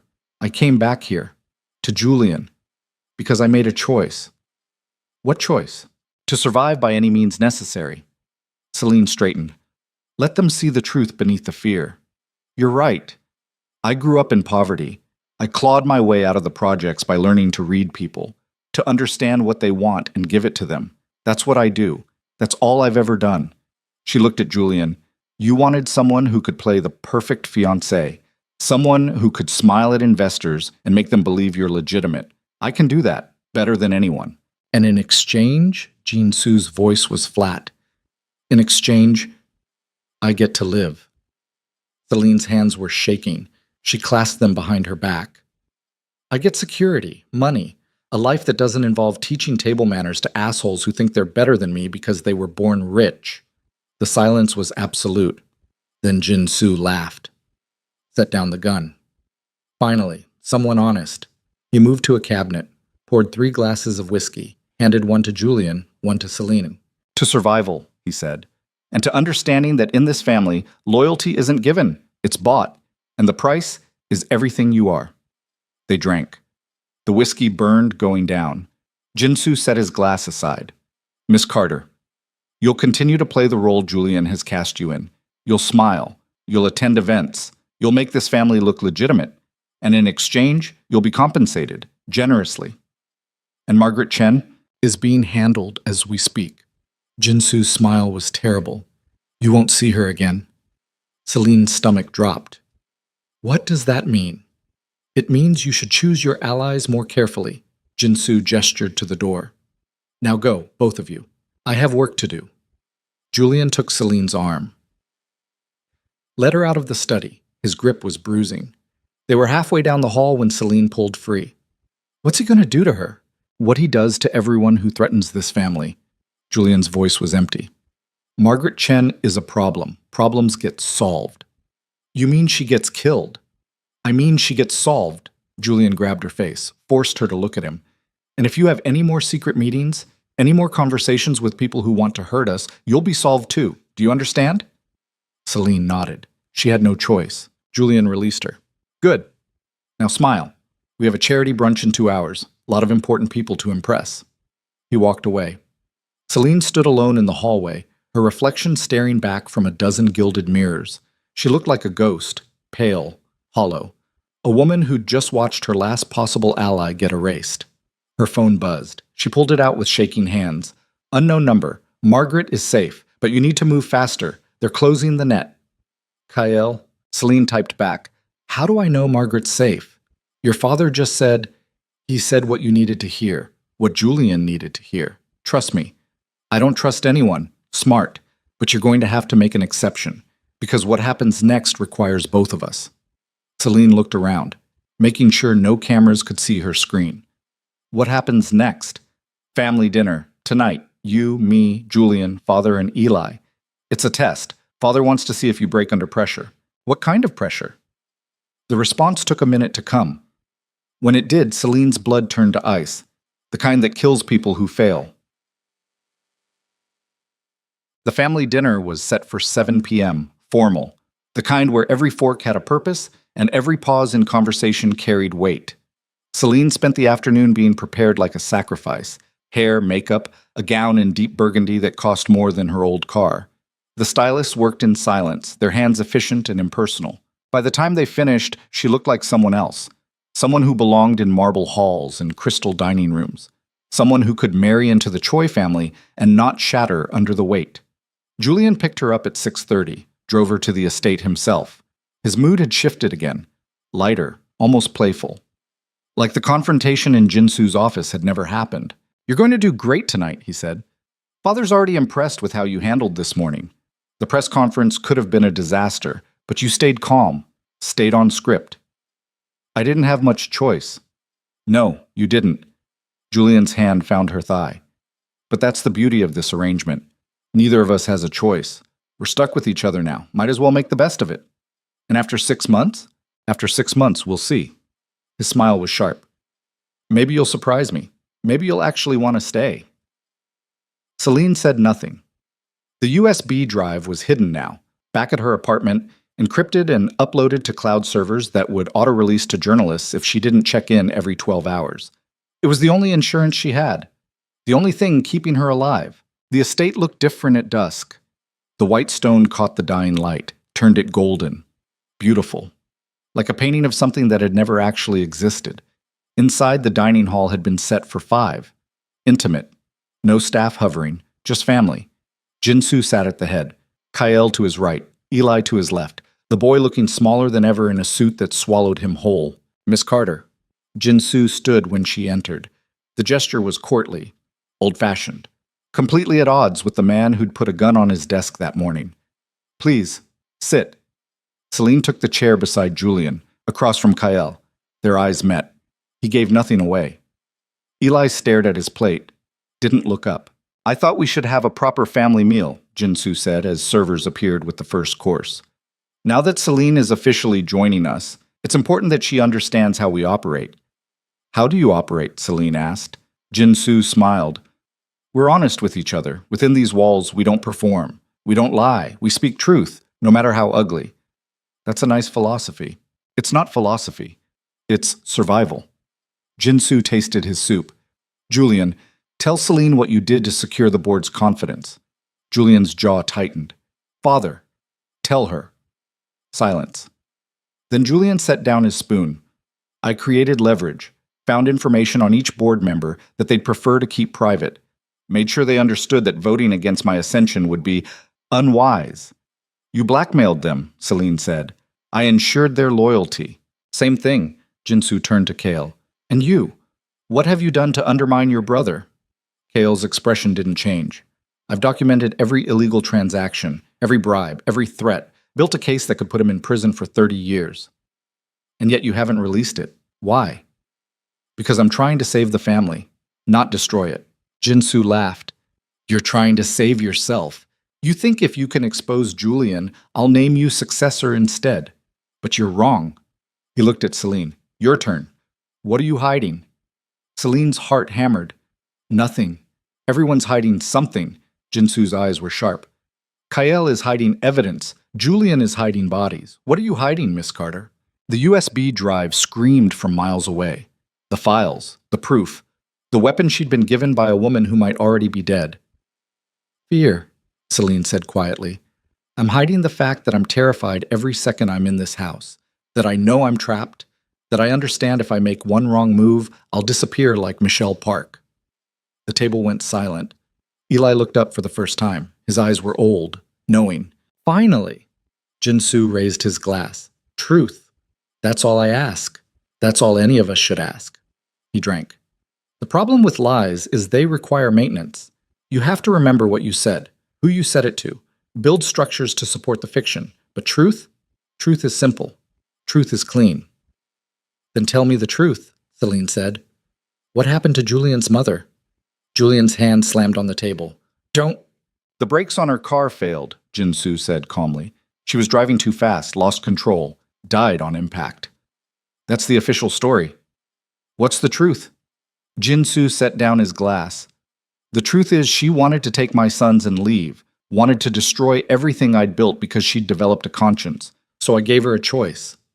Stay and live. Leave and die. He paused. She chose wrong. The words hung in the air like smoke. Eli made a small sound, almost a whimper. Kael's jaw was rigid. You've never admitted that before. I'm dying. What does it matter? Jinsu looked at Celine. You wanted truth. There it is. I killed my wife, or rather, I had her killed. The mechanic who tampered with her brakes is at the bottom of the East River. The investigator who ruled it an accident retired to the Bahamas with a very generous pension, and my sons learned a valuable lesson about the cost of betrayal. Julian was pale. Father, You knew. Jinsu's voice was flat. You were 12, but you knew. I saw it in your face at the funeral, the understanding. And instead of hating me, you wanted to become me. He turned to Kael. While you decided to oppose everything I stood for, to build a case against your own family. Both of you thinking you could escape what we are. What are we? Kael's voice was rough. Monsters. Jinsu's smile was terrible. Built from blood and necessity, and the sooner everyone at this table accepts that, the sooner we can stop pretending we're anything else. Celine's hands were shaking. She gripped her napkin tight enough to tear. Why are you telling us this? Why now? Because I'm testing you. Jinsu stood, moved around the table, stopped behind Celine's chair. Everyone who joins this family faces the same test. Can you hear the truth and still stay? Can you look at monsters and call them family? His hand settled on her shoulder. Heavy, proprietary. Julian's mother failed. Michelle Park failed. Let's see if you're stronger than they were. He moved to a cabinet, pulled out a teapot and cups, began preparing tea with deliberate precision. This is Gyokbo green tea, he said, from a region near where I grew up. My mother used to make it every evening, said it promoted clarity, peace. He poured 5 cups. I've added something special tonight, a little experiment. He set a cup in front of each person. Celine stared at hers. The tea was pale green, fragrant, completely ordinary, completely deadly. One of these cups is poison, Jinsu said pleasantly. Fatal within 60 seconds of consumption. The rest are perfectly safe. Eli started crying, quiet, tears running down his face. This is insane, Kael said. Even for you. This is clarity. Jinsu sat down. Everyone at this table has been lying, plotting, building cases and collecting evidence and planning betrayals. So now we stop planning. We act. He picked up his own cup. I'll go first. He drank, emptied the entire cup. Nothing happened. He set it down. Safe. Who's next? No one moved. If no one drinks in the next 30 seconds, I'll assume you're all cowards. And cowards don't belong in this family. Jinsu pulled out his gun, set it on the table. Drink or die. Choose. Julian reached for his cup. His hand was shaking. Wait. Celine's voice cut through the tension. This is about loyalty, about trust, about proving we're willing to die for this family. Very perceptive. Then let me drink first. Celine picked up her cup. Because I'm the one everyone doubts. I'm the outsider, the one who doesn't belong. So I'll prove I'm all in. Celine, don't... Kael started. But Celine had already lifted the cup to her lips. She thought about Michelle Park, about Julian's mother, about every woman who'd tried to survive by playing the rules of men who made survival impossible. She thought about the USB drive, the files, the evidence that could bring this family to its knees. She thought about Eli, crying silently, trapped in a hell he'd never chosen. And she drank. The tea was bitter, earthy. It slid down her throat like swallowing stones. She set down the cup, waited. Her heart hammered. Her vision blurred at the edges. She couldn't tell if it was poison or pure terror. 10 seconds, 20, 30. Jinsu was watching her with something that might have been respect. 40 seconds, 50. Celine's chest felt tight. Her hands started to tingle. 60. Nothing. Safe. Jinsu smiled. Well done. Julian, your turn. Julian picked up his cup, drank without hesitation, set it down. They waited. 60 seconds passed. Safe. Kael went next. Then Eli, who could barely hold the cup steady. All safe. 4 empty cups, 1 full. Jinsu looked at the remaining cup. Interesting. The poison was real. I prepared it myself. But it seems fate has other plans. He picked up the final cup, held it to the light. Or perhaps, he said quietly, there never was any poison. Perhaps this was all about seeing who would drink anyway. Who would risk everything to prove their loyalty. He poured the tea onto the floor. You all passed. Congratulations. Celine couldn't breathe, couldn't process what had just happened. The room spun. Jinsu stood. Dinner is over. Tomorrow, the board votes. Julian will be named CEO. And all of you, he gestured to the table, will stand beside him. United, loyal, a family that doesn't break. He left. Eli ran, disappeared into the house like smoke. Julian was staring at his empty cup. He's getting worse, the cancer, it's affecting his judgment. His judgment was always like this, Kael said flatly. You just didn't want to see it. Kael, enough. Kael stood, looked at Celine. We need to talk. Alone. She's not going anywhere with you, Julian said. Yes, she is. Celine stood on legs that barely held her. Because I need air, and your brother is going to help me get it. She walked out before Julian could stop her. Cale followed. They went to the gardens, far enough from the house that cameras couldn't see them clearly. The night air was cold, clean, nothing like the poisoned atmosphere inside. That wasn't a test, Celine said. That was a threat. He was showing us he could kill any of us whenever he wants. Yes. And you're still trying to save this family? Kael was quiet for a long moment. I'm trying to save Eli. The family is already dead. Then help me destroy it. Celine pulled out her phone, showed him the cloud storage links, the files Margaret had given her, the evidence. I have everything. Financial records, witness statements, proof of your mother's murder, proof of what happened to Michelle. All I need is someone who can verify it. Someone the authorities will believe. Cale stared at the screen. Where did you get this? Margaret Chen, before your father solved her. Margaret is alive. I moved her this morning. New identity, new city. Cale's expression was unreadable. But if you release this, you won't be. Julian will know it came from you, will track you down, will kill you slowly enough that you beg for mercy. Then what do I do? Play the perfect fiancé for 6 months and hope he gets bored? No. Kael pulled out his own phone. You play the perfect fiancé for 3 more days, long enough for me to position assets, to move Eli somewhere safe, to build a case that doesn't just expose Julian, it exposes everyone, including my father. Why 3 days? Because in 3 days there's a family ceremony, ancestral rites. Everyone will be there. Guards, staff, the entire board. Kael's eyes were hard. And that's when we burn it all down. Celine's breath caught. How? With evidence so overwhelming that even the authorities my father owns can't ignore it. With testimony from Margaret and others who've been waiting years for someone to believe them.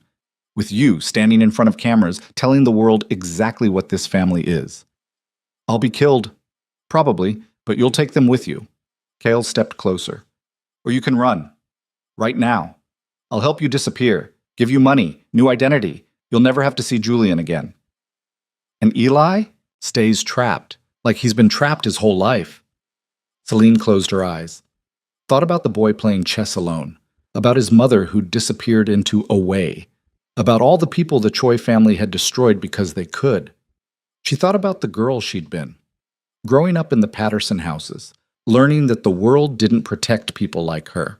That survival meant being harder than the thing trying to kill you. 3 days, she said. Then we end this. Cale nodded, started to walk away. Wait, Celine grabbed his arm. Why are you really doing this? It's not just about saving Eli. It's something else. Kael looked at her hand on his arm. Because I'm tired of being a monster, and destroying the family is the only way to stop becoming my father. He pulled free, disappeared into the darkness. Celine stood alone in the garden, surrounded by perfectly manicured hedges and the distant sound of the city. 3 days, 72 hours until she either saved herself or died trying. She walked back into the house, found Julian waiting in the foyer. Where did you go? His voice was sharp. I told you, I needed air. Your father's little game was... My father is dying and scared and lashing out. You need to ignore it. Need to remember that in 72 hours, he'll be irrelevant and I'll be in control. Julian pulled her close. And when I'm in control, things will be different. Better. I won't play mind games. I won't test you. I'll just expect loyalty. And if I'm loyal, then you'll have everything you ever wanted. His lips found her neck. Power, security, a life most people can't imagine. Celine let him hold her, let him believe she was convinced. But her mind was racing. 3 days, the ancestral ceremony, the moment when the entire family would be gathered in one place, the moment when everything would burn. Julian drove her home, walked her to her door, kissed her like he meant it. Get some rest, he said. Tomorrow's a big day. Board vote at 9, press conference at 11, celebration dinner at 7. You'll need your strength. I'll be ready. He left. Celine locked her door. All 3 locks. Then she pulled out her laptop and opened the encrypted files. Margaret's evidence was overwhelming, but it wasn't complete. It showed Julian's crimes, Jinsu's murders, the family's corruption, but it didn't show the one thing that would make the authorities move fast enough to protect her. It didn't show the Sangsu clan connection. The ring on her finger, the one Julian had given her, belonged to Park Min-seo, a man serving 25 years for racketeering, extortion, and 3 counts of murder. A man whose organization had been dismantled by a federal task force 2 years ago. But the ring had gone missing before the arrests, never recovered, which meant Julian had it, had kept it, had given it to Celine like a trophy. She photographed her hand, the ring catching light, the serial number etched in the band, tiny, almost invisible, but there. She uploaded the photo to the cloud, added it to the evidence file. Then she sent a message to the one journalist who'd asked about Michelle at the press conference, the young woman who'd been brave enough to demand answers. I have proof. About the Choi family. About Michelle Park. About crimes that go back decades. Meet me at the ancestral ceremony in 3 days. Bring cameras, bring witnesses. Don't come alone. She hit send before she could second guess. Then she opened a second message. To Kael. I'm not waiting 3 days. I'm ending this at the ceremony. With or without you. The response came immediately. If you do this alone, you're dead. I'm already dead. I'm just choosing how. Celine, help me or don't, but I'm done being a victim. She closed the laptop, sat in the dark of her apartment. Tomorrow, Julian would become CEO, would gain control of an empire built on blood, would stand in front of cameras and smile like he'd earned it. But in 3 days, in 72 hours, Celine Carter was going to do something she'd never done before. She was going to stop surviving and start fighting. The board vote took 6 minutes. Unanimous approval. Julian Choi, new CEO of Choi Enterprises. The press conference was flawless, Julian confident, humble, ready to lead the family into a new era of transparency and growth. Celine stood beside him, smiling, wearing the ring that had once belonged to a crime lord. Nobody noticed. Nobody cared. By evening, the news had moved on. The young journalist who'd asked about Michelle was nowhere to be found. Her outlet claimed she'd taken a sudden leave of absence. Celine knew better. The celebration dinner was private, just Julian, Jinsu, Kael, and Celine. Eli was absent. Sick, Julian said. The stress of the past few days. But when Celine excused herself to use the restroom, she found the boy in his room, packing a bag. Where are you going? She whispered. Eli looked up. His eyes were empty. Away. Like my mom. Uncle Kyle is sending me somewhere safe. When? Tomorrow, before the ceremony. He zipped the bag. You should go too, before they kill you like they killed everyone else. I can't. Why not? Because someone has to stop them. Eli studied her face. Then he reached into his nightstand, pulled out a flash drive. My mom gave me this. Before she left, said if anything happened to her, I should give it to someone who could use it. Celine took the drive with shaking hands. What's on it? Everything. Videos, recordings, proof of what they did to her, what they've done to everyone. Eli's voice cracked. Use it, please. Make them pay. Celine pulled the boy into a hug. He was shaking, small, broken by a family that destroyed everything it touched. I will, she whispered. I promise. She went back to dinner, smiled through dessert, let Julian take her home. That night she watched the videos on Eli's flash drive, footage of Julian's mother, terrified, explaining how Jin-soo had threatened her, had shown her what happened to people who left, footage of Eli's mother begging for her life, while Julian stood in the background, expressionless, footage of Michelle Park tied to a chair, sobbing, asking why, and footage of the answers. Julian's voice, calm, explaining that she'd become a liability, that liabilities had to be eliminated. Celine watched until she couldn't anymore, until rage replaced fear, until she understood finally that there was no negotiating with monsters. You either killed them or they killed you. She uploaded everything to the cloud, sent copies to 5 different journalists, set them to auto-release if she didn't check in within 24 hours. Then she sent a final message to Kael. Tomorrow. The ceremony. I'm ending this. If you want to help, be there. If you want to run, I understand. His response came at dawn. I'll be there. But Celine, once we do this, there's no going back. Good, she typed. I don't want to go back. She dressed carefully, the gown Julian had chosen for the ceremony, deep red, like blood, like warning, the stolen ring on her finger, and hidden in her jacket, a recording device. a camera, tools to capture everything. She was done being a victim, done being a pawn. Today, Celine Carter was going to do what every woman before her had tried and failed. She was going to burn the Choi family to the ground, and she was going to make sure the whole world watched. The ancestral hall was built 2 centuries ago by men who believed blood and stone were eternal. It stood at the eastern edge of the estate, separate from the main house, surrounded by gardens that bloomed even in autumn. The architecture was deliberate, circular walls designed to amplify sound, a domed ceiling that trapped voices and threw them back amplified. Acoustics built for ceremony, for reverence, for confessions that couldn't be hidden. Celine arrived at dawn with the recording devices strapped to her body like a second skin, microphone hidden in her necklace, camera embedded in the jeweled clasp of her clutch, both feeding to cloud storage that would survive even if she didn't. Her hands were steady as she checked the connections, steadier than they'd been in weeks. Fear had burned away sometime during the night, replaced by something colder, sharper. Purpose. Julian's car pulled up at 6:30. He looked rested, confident. A man who'd spent the night sleeping peacefully while Celine had watched videos of women begging for their lives. "You're early," he said, kissing her cheek. His cologne was expensive, clean.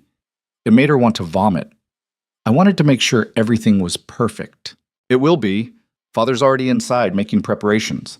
The board arrives at 8. The ceremony starts at 9. Julian's hand found her waist, possessive, always possessive. "After today, everything changes. The family accepts my leadership, the ancestors receive their offerings, and you officially become part of the legacy." "Lucky me." Julian's smile tightened. "You've been distant, since the dinner, since Father's little test." "Your father threatened to poison us. I'm processing."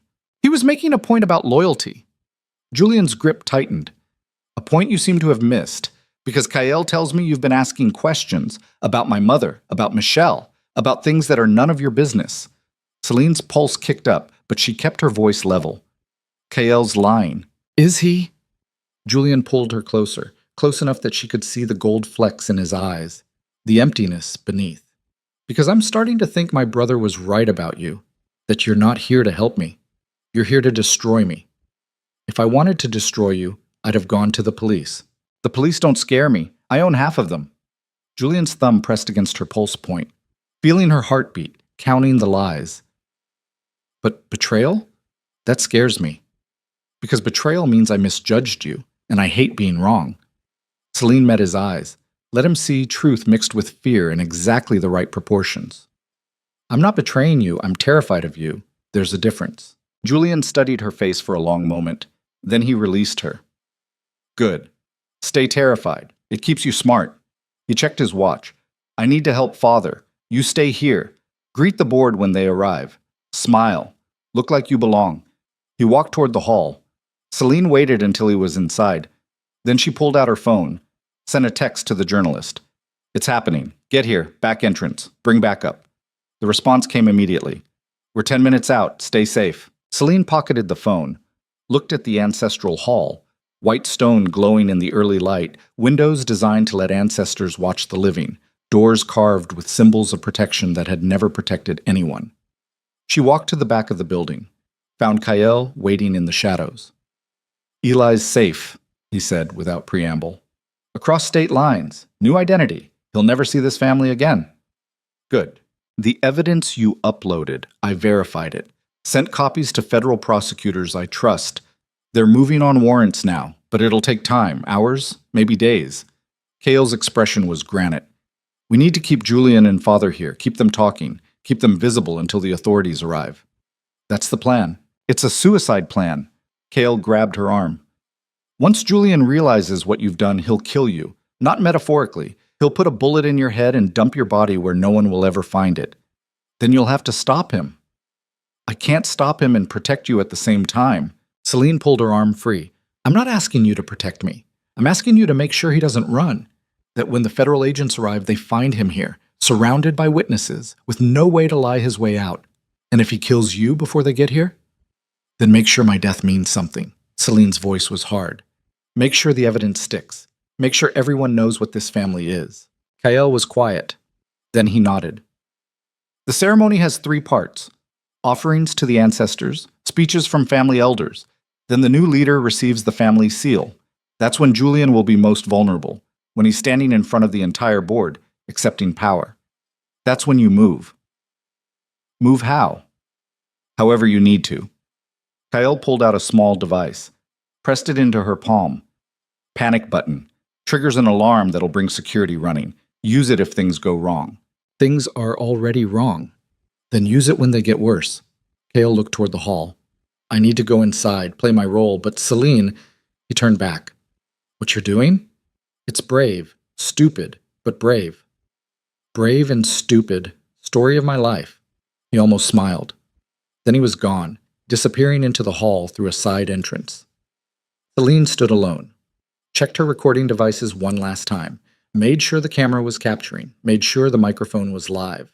Then she walked to the front entrance. The board started arriving at 7:45. Black cars, expensive suits, men and women who'd built fortunes on the foundation the Choi family provided. They greeted Celine with polite smiles and calculating eyes, each one assessing her worth, her usefulness, her potential to be leveraged. She smiled back, played the role. The perfect fiancé. The woman who'd reformed Julian Choi and made him suitable for leadership. By 8:30, everyone had arrived. 40 people. Enough witnesses that Julian couldn't silence them all. Enough cameras that the truth couldn't be buried. Jin-soo appeared at 8:45. He looked worse than Celine had ever seen him. Skin gray, eyes hollow, moving like every step cost him. The cancer was winning, but his voice was still strong when he addressed the assembled crowd. Thank you for coming. Today we honor our ancestors and pass leadership to the next generation. This family has survived because we understand that power requires sacrifice. That legacy demands blood. He paused.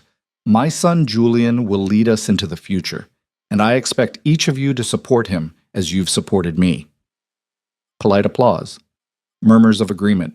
Jin-soo's gaze found Celine. Held.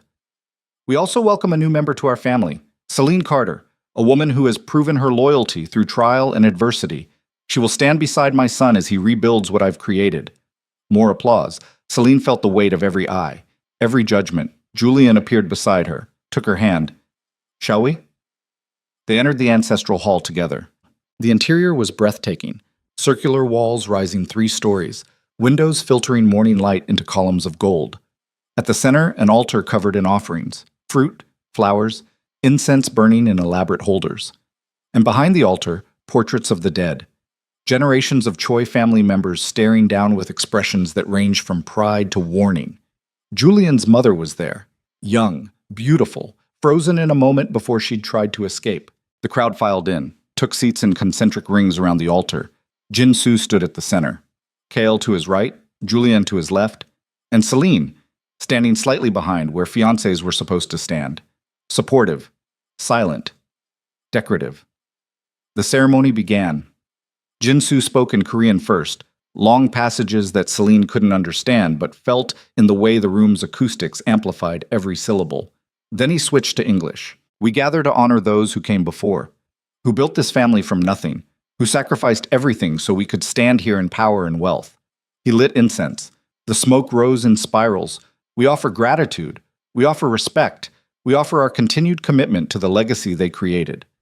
The board members bowed their heads, murmured responses in Korean. Celine's hand found the panic button in her pocket. Not yet. Wait for the right moment, Jin-soo continued. Today, I pass the seal of leadership to my son.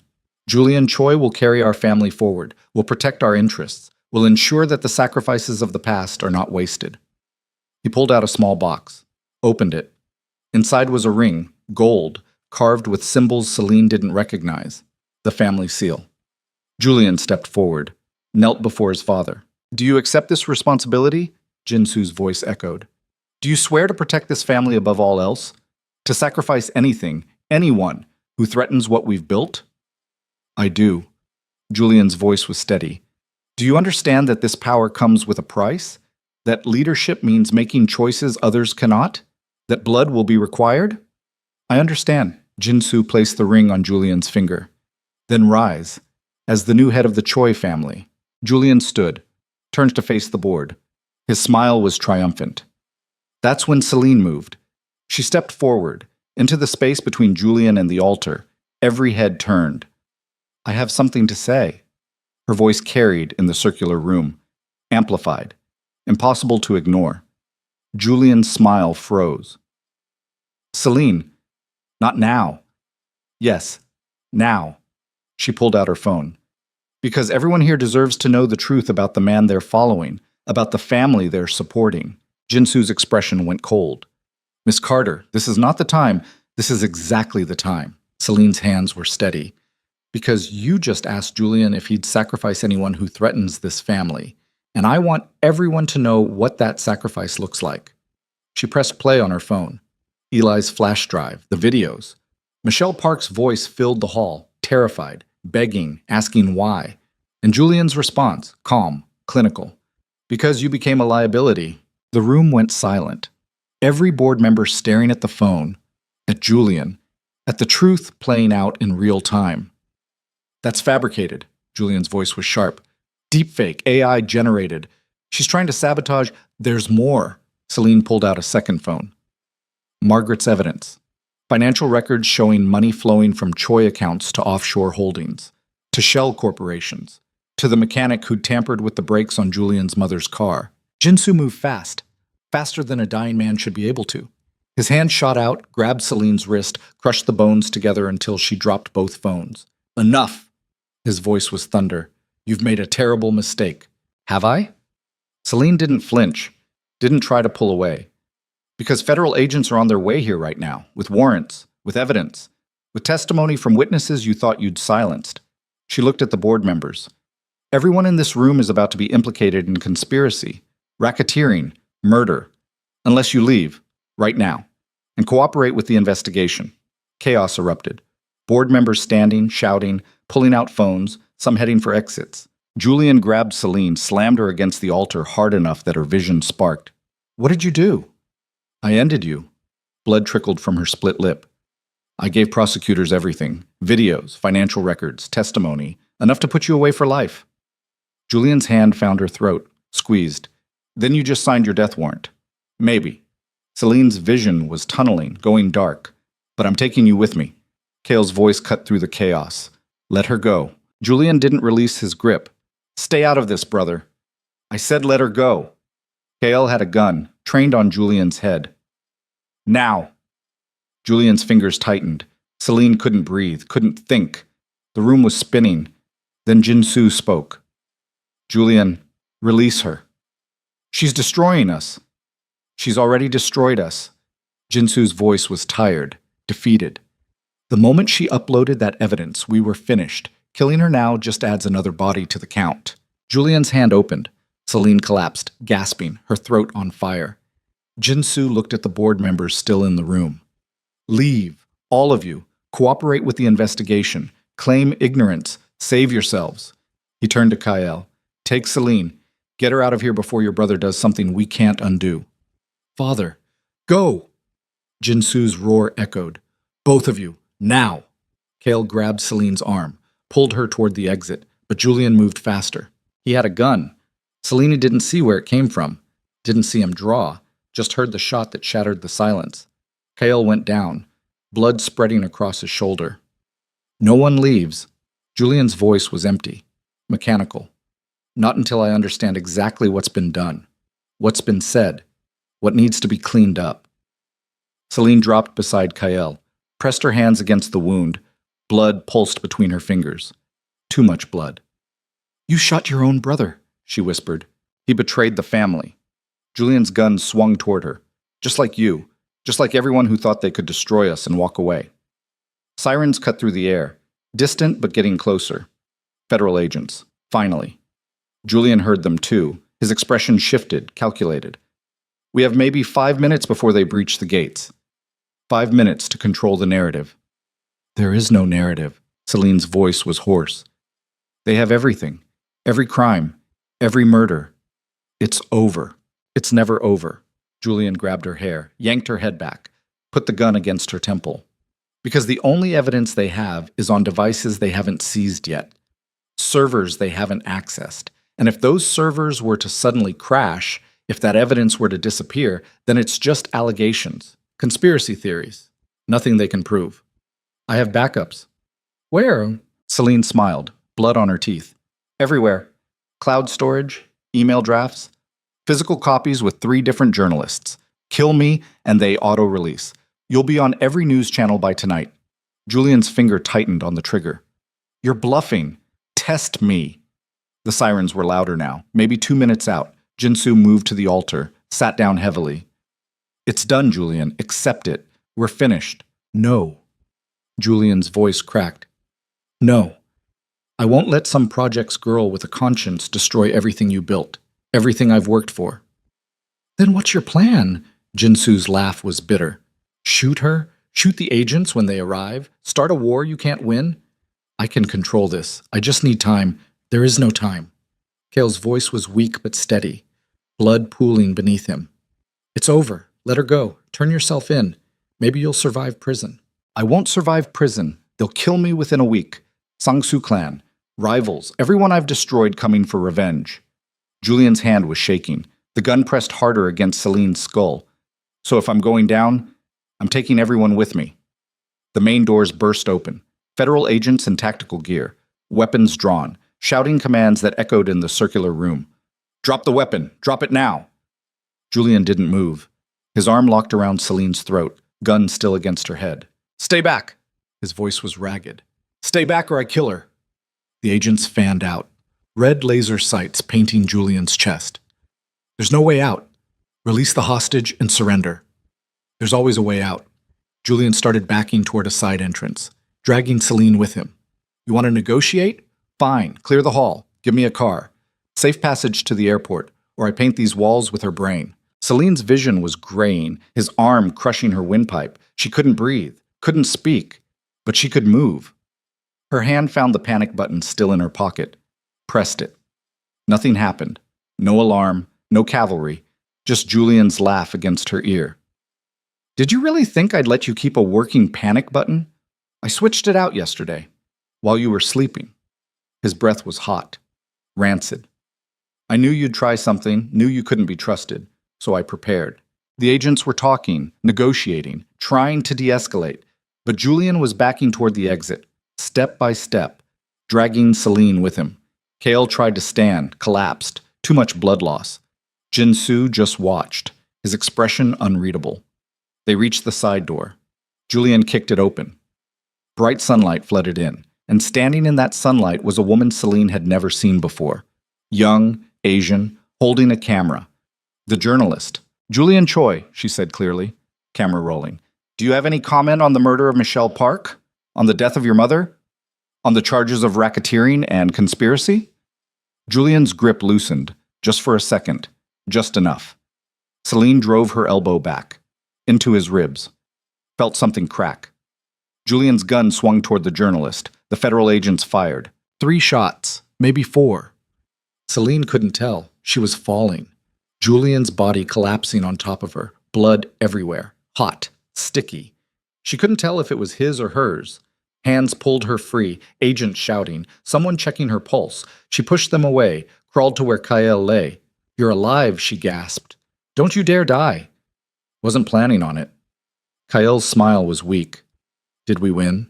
Celine looked around. Julian wasn't moving. Federal agents securing the scene. The journalist still filming, capturing everything. Yeah, she whispered. We won. Then the world went dark. Celine woke up in a hospital. White walls. Machines beeping. Her throat felt like she'd swallowed glass. A nurse noticed her eyes open. Easy. Don't try to talk. You've got severe bruising to your trachea. You're lucky to be alive. Celine tried to sit up. Pain lanced through her ribs. I said easy. The nurse pressed a button. Doctor's on the way. You've been out for 14 hours. 14 hours. Celine's hand flew to her neck, found bandages, no pendant, no recording device. My things. The federal agents took everything. Evidence. They said to tell you that all your recordings survived. They have everything they need. The door opened. Not a doctor. A woman in a dark suit, FBI badge clipped to her belt. Miss Carter, I'm Special Agent Rodriguez. I need to ask you some questions. Julian is dead. Died at the scene. 3 gunshot wounds. Rodriguez pulled out a recorder. But I need your statement. Everything that happened. Everything you know about the Choi family's operations. Selene talked for 2 hours, her voice giving out halfway through. The agent, patient, recording everything, asking follow-up questions that made it clear she knew more than she was saying. When they finished, Rodriguez stood. You did good work. Dangerous. Stupid, but good. The evidence you provided, combined with what we already had, is enough to dismantle the entire organization. Jinsu Choi is in custody. Kael Choi is recovering under guard. We've arrested 14 board members and frozen assets worth over $2 billion. And Eli? Safe. We're working with social services to ensure he stays that way. He'll never have to see this family again. Rodriguez paused at the door. You should know, there are people who aren't happy about what you've done. Associates of the family, people who've lost a lot of money. You'll need protection. Witness protection, maybe. I'm not hiding. Then you're a fool. Rodriguez's expression softened. But a brave one. If you need anything, if anyone threatens you, call me. Direct line. She handed Selene a card. And Miss Carter? Thank you. Women like Michelle Park, like Julian's mother, they deserve justice. You gave them that. She left. Selene sat alone in the hospital room, looked at her hands, still shaking, still covered in Band-Aids from where Julian had crushed her wrists. Her phone, a new one provided by the FBI, buzzed. Unknown number. I saw the news. You're either the bravest person I know or the dumbest. Maybe both. Margaret Selene smiled, typed back. Brave. Definitely brave. Another message. This one from Kael. 3 rooms down. Come visit when you can walk without falling over. Selene stood. Her legs wobbled but held. She made her way down the hall. Found Kael's room. He looked terrible, pale, hooked up to machines, bandages covering most of his upper body. But he was alive. You look like hell, she said. You should see the other guy. Kael's smile was weak. Oh, wait. You can't. Because he's dead. Thanks to you. Thanks to us. Kael shifted, winced. The feds say the evidence you collected is going to take down everyone. Not just Julian and Father, the entire network. Judges, politicians, police captains. Everyone they owned. Good. It's going to take years. Trials, testimony. You'll have to relive all of this. Over and over. I know. Kael was quiet for a moment. Eli asked about you. Wanted to know if you were okay. Tell him I'm fine. Tell him he's free now. He never has to be a Choi again. What about you? Are you free? Selene thought about the question. About the USB drive still in evidence lockup. About the videos that would haunt her forever. About Michelle Park and Julian's mother and every woman who tried to survive the Choi family and failed. No, she said quietly. I'll never be free of this. But at least I'm alive. That's more than they got. She turned to leave. Selene, Kael's voice stopped her. What you did, testifying against your own fiancé, bringing down an empire. Most people couldn't do that. Most people would have run. I'm not most people. No, you're not. Kael's expression was unreadable, which is why I need to ask. What happens now, to you? Selene looked out the window. The city stretched beyond, millions of people living lives that didn't include ancestral halls and blood sacrifices, and men who thought power was a birthright. I go back to my studio, teach manners to people who think they're better than me, build a life that doesn't involve marble floors and stolen rings, she paused. And I survive, because that's what I do. She left before Kael could respond, but she didn't go back to her room. She went to the hospital chapel, empty, quiet, a space where people came to pray or cry or make sense of senseless things. Selene sat in the back row. Let the silence wrap around her. She'd won. She'd destroyed the Choi family, had brought justice for Michelle and Julian's mother and every victim the empire had created. But the cost was written in bruises and scars, and the way her hand still shook when she thought about Julian's gun against her temple. Her phone buzzed. The journalist. Your story is everywhere, front page of every major outlet. People are calling you a hero. Selene didn't feel like a hero. She felt like a survivor, barely. She typed back, just tell the truth. That's all I ask. Tell people what this family really was. Already done. And Selene? Thank you. For being brave enough to fight back. Selene closed her eyes. Thought about the girl she'd been.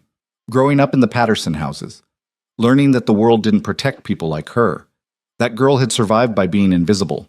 By not making waves. But Selene Carter wasn't that girl anymore. She'd stopped being invisible the moment she'd walked into that ancestral hall with recording devices strapped to her body and evidence that could topple an empire. She'd stopped surviving and started fighting, and now sitting in a hospital chapel with her throat bruised and her ribs cracked, and the Choi family in ruins behind her, Celine understood something fundamental. You didn't escape monsters by running. You escaped them by becoming something they couldn't break, something harder than violence, something sharper than fear. You escaped them by refusing to die. And Celine Carter had survived too much to die now. She stood, walked back to her room, ignored the pain, ignored the fear, because in 72 hours she'd be discharged. She'd walk out of this hospital into a world where the Choi family was headline news, and Julian was a corpse, and Jin-soo was facing life in prison. She'd walk back into her studio in the Bronx and teach manners to people who'd never know what she'd done. And she'd live. Not happily, not easily, but fully, completely, on her own terms. Because Celine Carter had learned the most important lesson the Choi family never understood. Survival wasn't about power, it was about refusing to let powerful people define who you were. And she was done being defined by anyone but herself. The war was over. She'd won. Now came the harder part, learning to live with the victory. The trial lasted 8 weeks. Celine sat in the witness box for 3 days straight, her voice still hoarse from the bruising, recounting every conversation, every threat, every moment she'd spent inside the Choi family's world. The defense attorneys tried to break her, suggested she was a scorned woman, a gold digger who'd fabricated evidence when Julian refused to marry her. They showed the jury photos of her wearing designer clothes, dining at expensive restaurants, living a life she could never afford on an etiquette tutor's salary. But then the prosecution played the videos. Eli's mother begging, Michelle Park sobbing, Julian's voice calm and clinical, explaining why liabilities had to be eliminated. The jury deliberated for 4 hours. Guilty on all counts. Jin-soo Choi received 3 consecutive life sentences. No possibility of parole. The man who'd built an empire from blood and sacrifice would die in a cell smaller than his bathroom, surrounded by men who knew exactly what he'd done and exactly how much his protection was worth. Nothing. The board members who'd cooperated received reduced sentences. The ones who'd tried to hide evidence got decades. Asset seizures dismantled what remained of the Choi financial empire, billions frozen, redistributed to victims' families, to organizations that fought human trafficking and organized crime. Kyle testified against his father, against the family he'd tried to save. He received immunity in exchange for cooperation, but the cost was written in his eyes every time Celine saw him in the courthouse hallways. He destroyed his own legacy, had chosen justice over blood. Some prices couldn't be calculated in years or dollars. Eli never testified. The prosecutors deemed him too traumatized, too young. But his flash drive, the evidence his mother had given him before she disappeared, became Exhibit A in multiple cases. The boy was placed with a family 3 states away, a couple who'd never heard of the Choi Empire and didn't care about marble floors or ancestral halls. He sent Celine 1 letter 3 weeks after the verdicts came down. Thank you for keeping your promise. I sleep better now. E. She kept it in her wallet, carried it like proof that some things could be saved. Celine was discharged from the hospital on a Tuesday. The FBI offered witness protection, new identity, new city, a chance to disappear completely. She declined. She'd spent 28 years building a life in the Bronx, building a name that meant something beyond survival.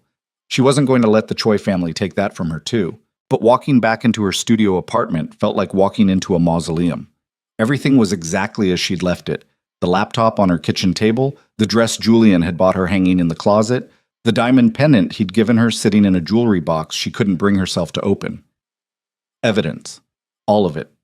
Cataloged and returned after the trial. Celine looked at the pendant for a long time. Then she took it to a pawn shop in Queens, sold it for a fraction of what it was worth, used the money to pay 3 months' rent in advance, and donate the rest to a women's shelter. Blood money. But at least now it would save lives instead of marking them for destruction. Her studio had 6 missed calls, 4 from clients asking when she'd resume sessions, 2 from journalists offering money for exclusive interviews. She deleted them all. Then she sat at her kitchen table and opened her laptop, started typing. Not a memoir, not a tell-all, just a guide. Surviving spaces you weren't born into, a practical manual for outsiders. Everything she'd learned, everything she'd taught, every technique for reading powerful people, for understanding the difference between genuine respect and performance, for knowing when to smile and when to run. She wrote for 12 hours straight, until her fingers cramped and her eyes burned and the words blurred together. Then her phone rang. Kyle. She almost didn't answer, but something made her pick up. How are you? His voice was different, quieter, like something fundamental had broken and healed wrong. Surviving. You? Same. A pause. I'm leaving the city. The country, actually. There's nothing left for me here. The family's gone. The business is dismantled. I'm just a ghost haunting a mansion nobody wants. Where will you go? Somewhere without extradition treaties. He laughed, but it was hollow. Kidding, mostly. I don't know. Somewhere I can start over. Be someone who isn't a Choi. Celine understood that better than she wanted to. Is that possible? Starting over? I hope so. Because I can't keep being what I was. Kale's voice cracked. I spent 35 years trying to save a family that didn't want saving, trying to protect people who saw protection as weakness, and it cost me everything. My mother, my nephew's childhood, you, almost. You didn't cost me anything. Julian did. I brought you into it, gave you that folder, put you in a position where you had to choose between survival and silence. He was quiet for a long moment. I'm sorry for all of it. Don't be. Celine looked out her window at the city lights, at the world that had kept turning while her life had imploded. You gave me a choice. That's more than Julian ever did. What will you do now? Teach, write, build something that can't be taken away by men who think power is a birthright. She paused. And testify. They're calling me back in 6 months for the appeals, then again for the civil suits. I'll be reliving this for years. You don't have to. You could disappear, change your name, start over like I'm doing. No. Celine's voice was firm. I'm done running, done hiding. The Choi family tried to erase Michelle Park, tried to erase your mother, tried to erase me. I won't let them succeed. I'll stand in every courtroom, tell every reporter, make sure the world knows exactly what they were. Kale was silent. Then, you're stronger than all of us. I'm just tired of being afraid. They talked for another 20 minutes. About nothing. About everything. About the strange gravity of surviving something that should have killed you. When they hung up, Celine felt something shift. Not healing, not closure, just the understanding that some chapters end whether you're ready or not. She never heard from Kyle again. The media circus lasted 3 months. Every outlet wanted her story. Producers offered 6 figures for film rights. Publishers dangled book deals. Celine turned them all down. She gave exactly 1 interview. To the young journalist who'd shown up at the ancestral hall with a camera and questions nobody else dared ask. They met at a coffee shop in the Bronx, the same neighborhood where Celine had grown up, where she'd learned that survival meant being invisible until it was time to be seen. Why me? The journalist asked. Her name was Sarah Kim, 26, hungry in the way that reminded Celine of herself 10 years ago. Because you asked the right questions. Because you didn't care that asking them might get you killed. Celine stirred her coffee. Because you deserve the story more than some producer who wants to turn it into entertainment. They talked for 4 hours. Celine told her everything. About Julian's courtship. About the moment she realized she was a pawn. About the choice to fight instead of run. Sarah recorded it all. Took notes in shorthand, asked follow-up questions that showed she understood the difference between facts and truth. When they finished, Sarah set down her pen. Can I ask you something off the record? Sure. Do you regret it? Any of it? Celine thought about the question. About the bruises that had finally faded. About the nightmares that hadn't. About Michelle Park's face in those videos and the weight of knowing she'd been too late to save her. I regret meeting Julian in the first place. Regret trusting him. Regret not seeing what he was until it was almost too late. She paused. But I don't regret fighting back. I don't regret choosing to burn it all down. Because if I hadn't, Eli would still be trapped. Kyle would still be trying to save the unsavable. And Julian would still be destroying women who thought they could survive him. So it was worth it. I didn't say that. Celine's smile was sad. I said I don't regret it. There's a difference. Worth implies some kind of cosmic balance, that the good outweighed the bad. But there is no balance. There's just survival and the cost of it. Sarah's article ran 2 weeks later. Front page. 7,000 words, every detail, every truth. It won awards, sparked congressional hearings, became required reading in criminal justice courses. Celine read it once, then never looked at it again. She had enough ghosts without inviting more. 6 months after the trial, Celine reopened her studio. Word had spread about what she'd done, how she'd infiltrated one of New York's most powerful families and brought it down from the inside. Her client list exploded. CEOs wanting to learn how to read boardrooms, lawyers wanting to understand jury psychology, politicians wanting to project authenticity while hiding their true intentions. She turned down most of them, kept only the ones who reminded her of herself, the outsiders, the people clawing their way up from nothing, trying to navigate spaces built to exclude them. She taught them what she'd learned, how to hold yourself in rooms designed to make you small, how to speak truth to power without getting destroyed, how to recognize when someone was using you before it was too late. And she taught them the most important lesson of all. Survival wasn't about becoming what powerful people wanted. It was about refusing to disappear when they decided you were inconvenient. One of her students was a woman named Lisa, mid-30s, brilliant. She'd just accepted a job at a hedge fund run by men who saw her as a diversity hire.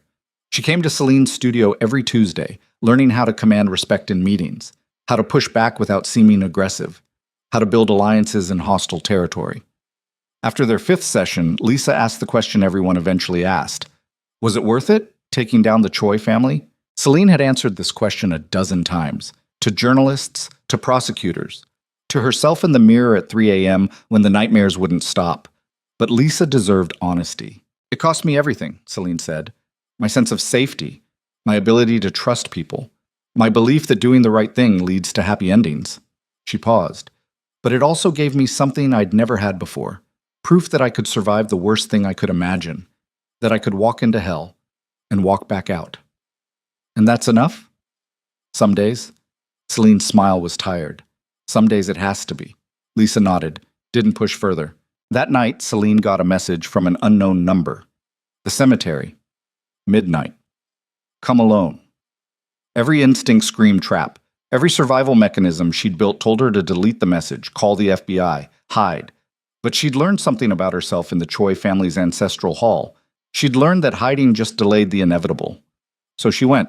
The cemetery was in Queens, old, overgrown, headstones dating back to when the city was smaller, when death was something people acknowledged instead of outsourcing to funeral homes and crematoriums. Celine arrived at 11:50, found the entrance unlocked, walked through rows of dead strangers until she reached the newer section. And there, standing in front of a fresh grave, was a woman she'd only seen in photographs. Michelle Park, alive. Celine stopped breathing. You're dead. Julian killed you. The videos were real. Michelle's voice was rough, damaged. But they weren't the end of the story. She turned. Celine could see scars now, on her throat, her wrists, the kind that came from zip ties and desperate struggles. Julian did try to kill me, kept me in a basement for 3 weeks, tortured me, made those videos to show other women what happened when you betrayed the family. Michelle's eyes were hollow. But he made a mistake. He got sloppy, left me alone with a guard who was newer, younger, who didn't understand yet that Choi family prisoners don't survive. How did you escape? I didn't. The guard let me go, gave me cash, a fake ID, told me to run and never look back. Michelle's laugh was broken. So I did. Changed my name, changed my face, and spent 8 months in hiding while Julian told everyone I'd moved to California. Why are you here? Why now? Michelle pulled out a phone, showed Celine a news article. Julian Choi dead. Empire dismantled. Empire. Because you did what I couldn't. You survived him. You destroyed him. You made sure he'd never hurt anyone else. Tears tracked down Michelle's face. And I needed to thank you, to tell you that what you did, it saved more than just yourself. Celine felt something break inside her chest. I was too late. For you, for Julian's mother, for it. You weren't too late for the next woman, or the one after that. Michelle grabbed her hands. Julian would have kept going, kept destroying, kept collecting broken women like trophies, but you stopped him. You made sure his last victim was actually his last. They stood in the cemetery surrounded by the dead, 2 women who'd survived a monster and lived to tell the truth. What will you do now? Celine asked. Keep running, keep hiding. The guard who helped me, he disappeared 2 weeks after. Julian's people found him. I won't make the same mistake. Michelle released Celine's hands. But I wanted you to know, wanted you to understand that every choice you made, every risk you took, it mattered. You're a hero, even if you don't feel like one. She walked away, disappeared into the darkness between graves. Celine stood alone, looked at the fresh headstone Michelle had been standing in front of. Julian Choi, 1989 to 2024. Beloved son. Someone had spray painted over it. Black letters, sharp, monster, murderer. Finally dead. Celine smiled, pulled out a marker she'd been carrying since the trial ended, added her own contribution underneath. You were with the wrong brother. S. Then she walked away from the grave, from the cemetery, from the ghost of the man who'd tried to own her. Tsokan. 1 year after the trial, Celine received an invitation, not to a party, not to a gala, to a ceremony at a community center in the Bronx. The Patterson houses, the projects where she'd grown up. They were dedicating a new wing, a resource center for young women, job training, mentorship, support services.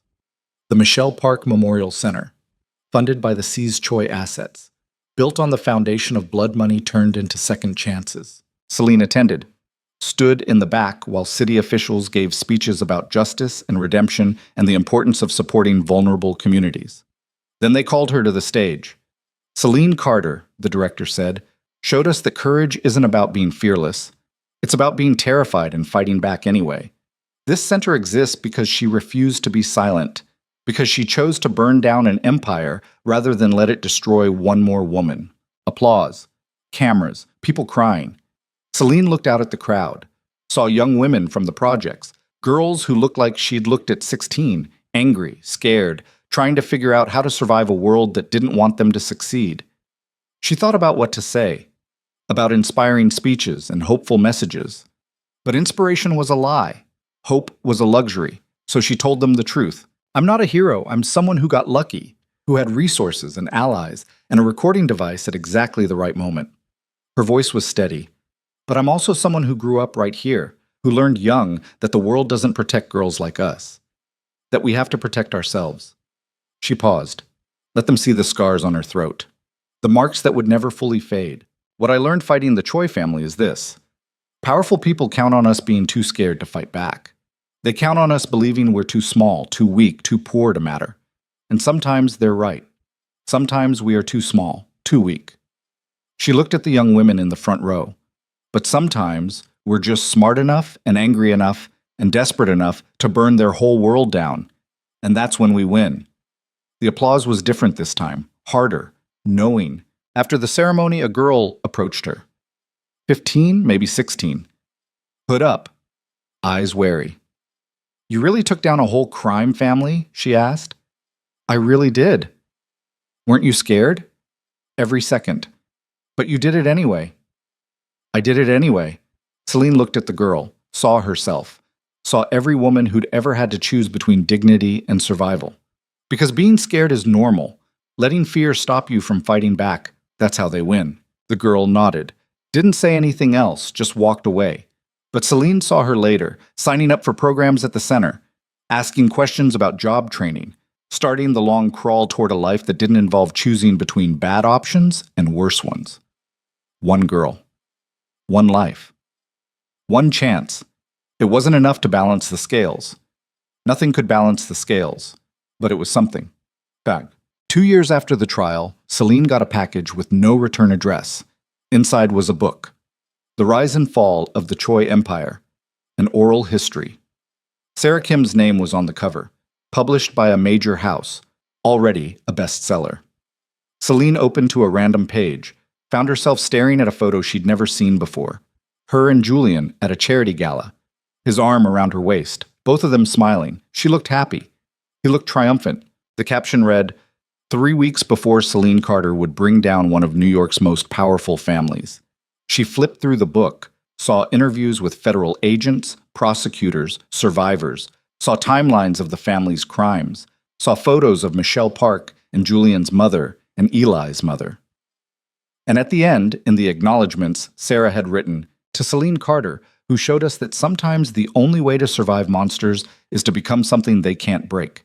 Your courage gave voice to the voiceless. Your testimony brought justice to those who'd been silenced. This book exists because you refused to disappear. Celine closed the book, set it on her shelf. Next to her own manuscript, the survival guide she'd been writing for 2 years, the one that was finally almost finished. Her phone rang. Kael. They talked maybe twice a year now. Brief calls from untraceable numbers, updates that never included locations or details. I saw the book, he said. So did I. How do you feel about it? Celine thought about the question, about her life splayed out across 400 pages, about her pain packaged as a cautionary tale, about strangers reading about the worst moments of her life and calling it inspiring. Like I can't escape it. Like I'll always be the woman who took down the Choi family. Like no matter how many years pass, that's what defines me. Does it have to? I don't know. Does it have to define you? Kael was quiet for a long time. I've been thinking about coming back to New York, to stop running. Why? Because I'm tired of being a ghost. Because you showed me that survival isn't about hiding. It's about living loudly enough that they can't pretend you don't exist. He paused. And because Eli asked about me, about you, wants to know if we're okay. Celine's throat tightened. What did you tell him? That we're survivors, same as him, that we're building lives from the wreckage. Kael's voice softened. Is that true? Are you building something? Celine looked around her studio, at the students' thank you notes on her wall, at the half-finished manuscript on her desk, at the life she'd reconstructed from nothing but determination and rage. Yeah, she said, I'm building something. It's not perfect, it's not safe, but it's mine. Then maybe there's hope for all of us. They talked for another hour, about nothing important, about everything that mattered. When they hung up, Celine felt something she hadn't felt in 2 years. Not happiness, not peace, but possibility. The possibility that the Choi family's fall wasn't the end of her story, just the end of one chapter. The possibility that survival could evolve into something more than just not dying. The possibility that she could build a life that wasn't defined by the men who'd tried to destroy her. Mom. 3 years after the trial, Celine finished her book.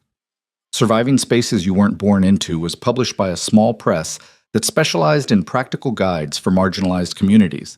It sold modestly, got good reviews from people who'd lived the experiences she described. It wouldn't make her rich, wouldn't make her famous. But 6 months after publication, she got an email from a reader. Dear Miss Carter, I'm writing to thank you for your book. I'm a first-generation college student navigating a corporate environment where everyone else seems to know rules I was never taught. Your chapter on reading power dynamics saved me from making a terrible mistake with a supervisor who was grooming me for exploitation. I recognize the signs because you described them so clearly. You probably don't remember me, but we met briefly at the Michelle Park Memorial Center 2 years ago. I was the girl who asked if you were scared. I wanted you to know I'm not scared anymore, or rather, I'm scared, but I'm doing it anyway. Thank you for showing us how. Celine read the email 3 times, then she saved it in a folder with dozens of others like it. Letters from women who'd escaped bad relationships because they recognized the warning signs. Letters from students who'd survived hostile work environments. Letters from survivors who'd found courage in her story. She couldn't save everyone. Couldn't undo the damage the Choi family had done. Couldn't bring back Michelle or Julian's mother or the guard who'd helped someone escape and paid with his life. But she could do this. Could write. Could teach.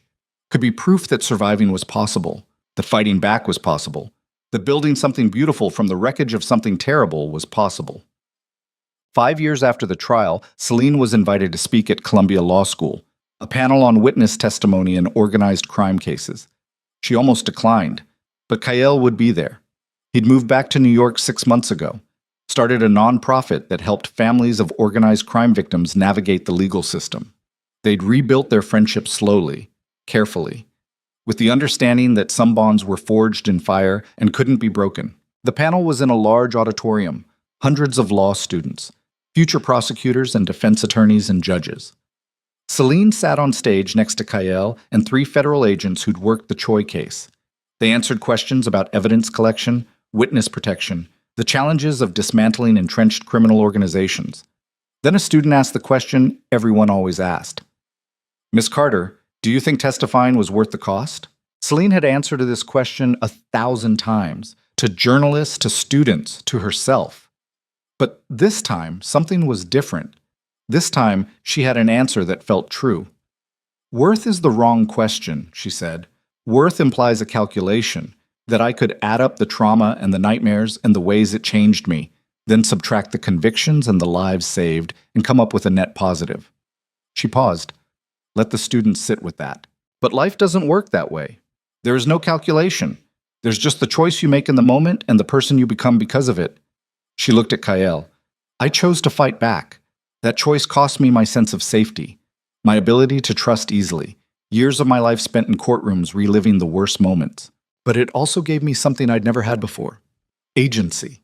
The knowledge that when faced with impossible odds, I didn't break. I bent, I adapted, I survived. She turned back to the student. So was it worth it? I don't know. But I'd make the same choice again, because the alternative, staying silent, letting Julian Choi destroy more women, that cost would have been higher. The auditorium was silent. Then someone started clapping. Then another. Then the whole room. Celine didn't feel like she deserved applause, but she accepted it. Because these students needed to believe that courage was possible, that justice was possible, even when the evidence suggested otherwise. After the panel, Kael walked her out. You sounded different today, he said. More settled, like you've made peace with what happened.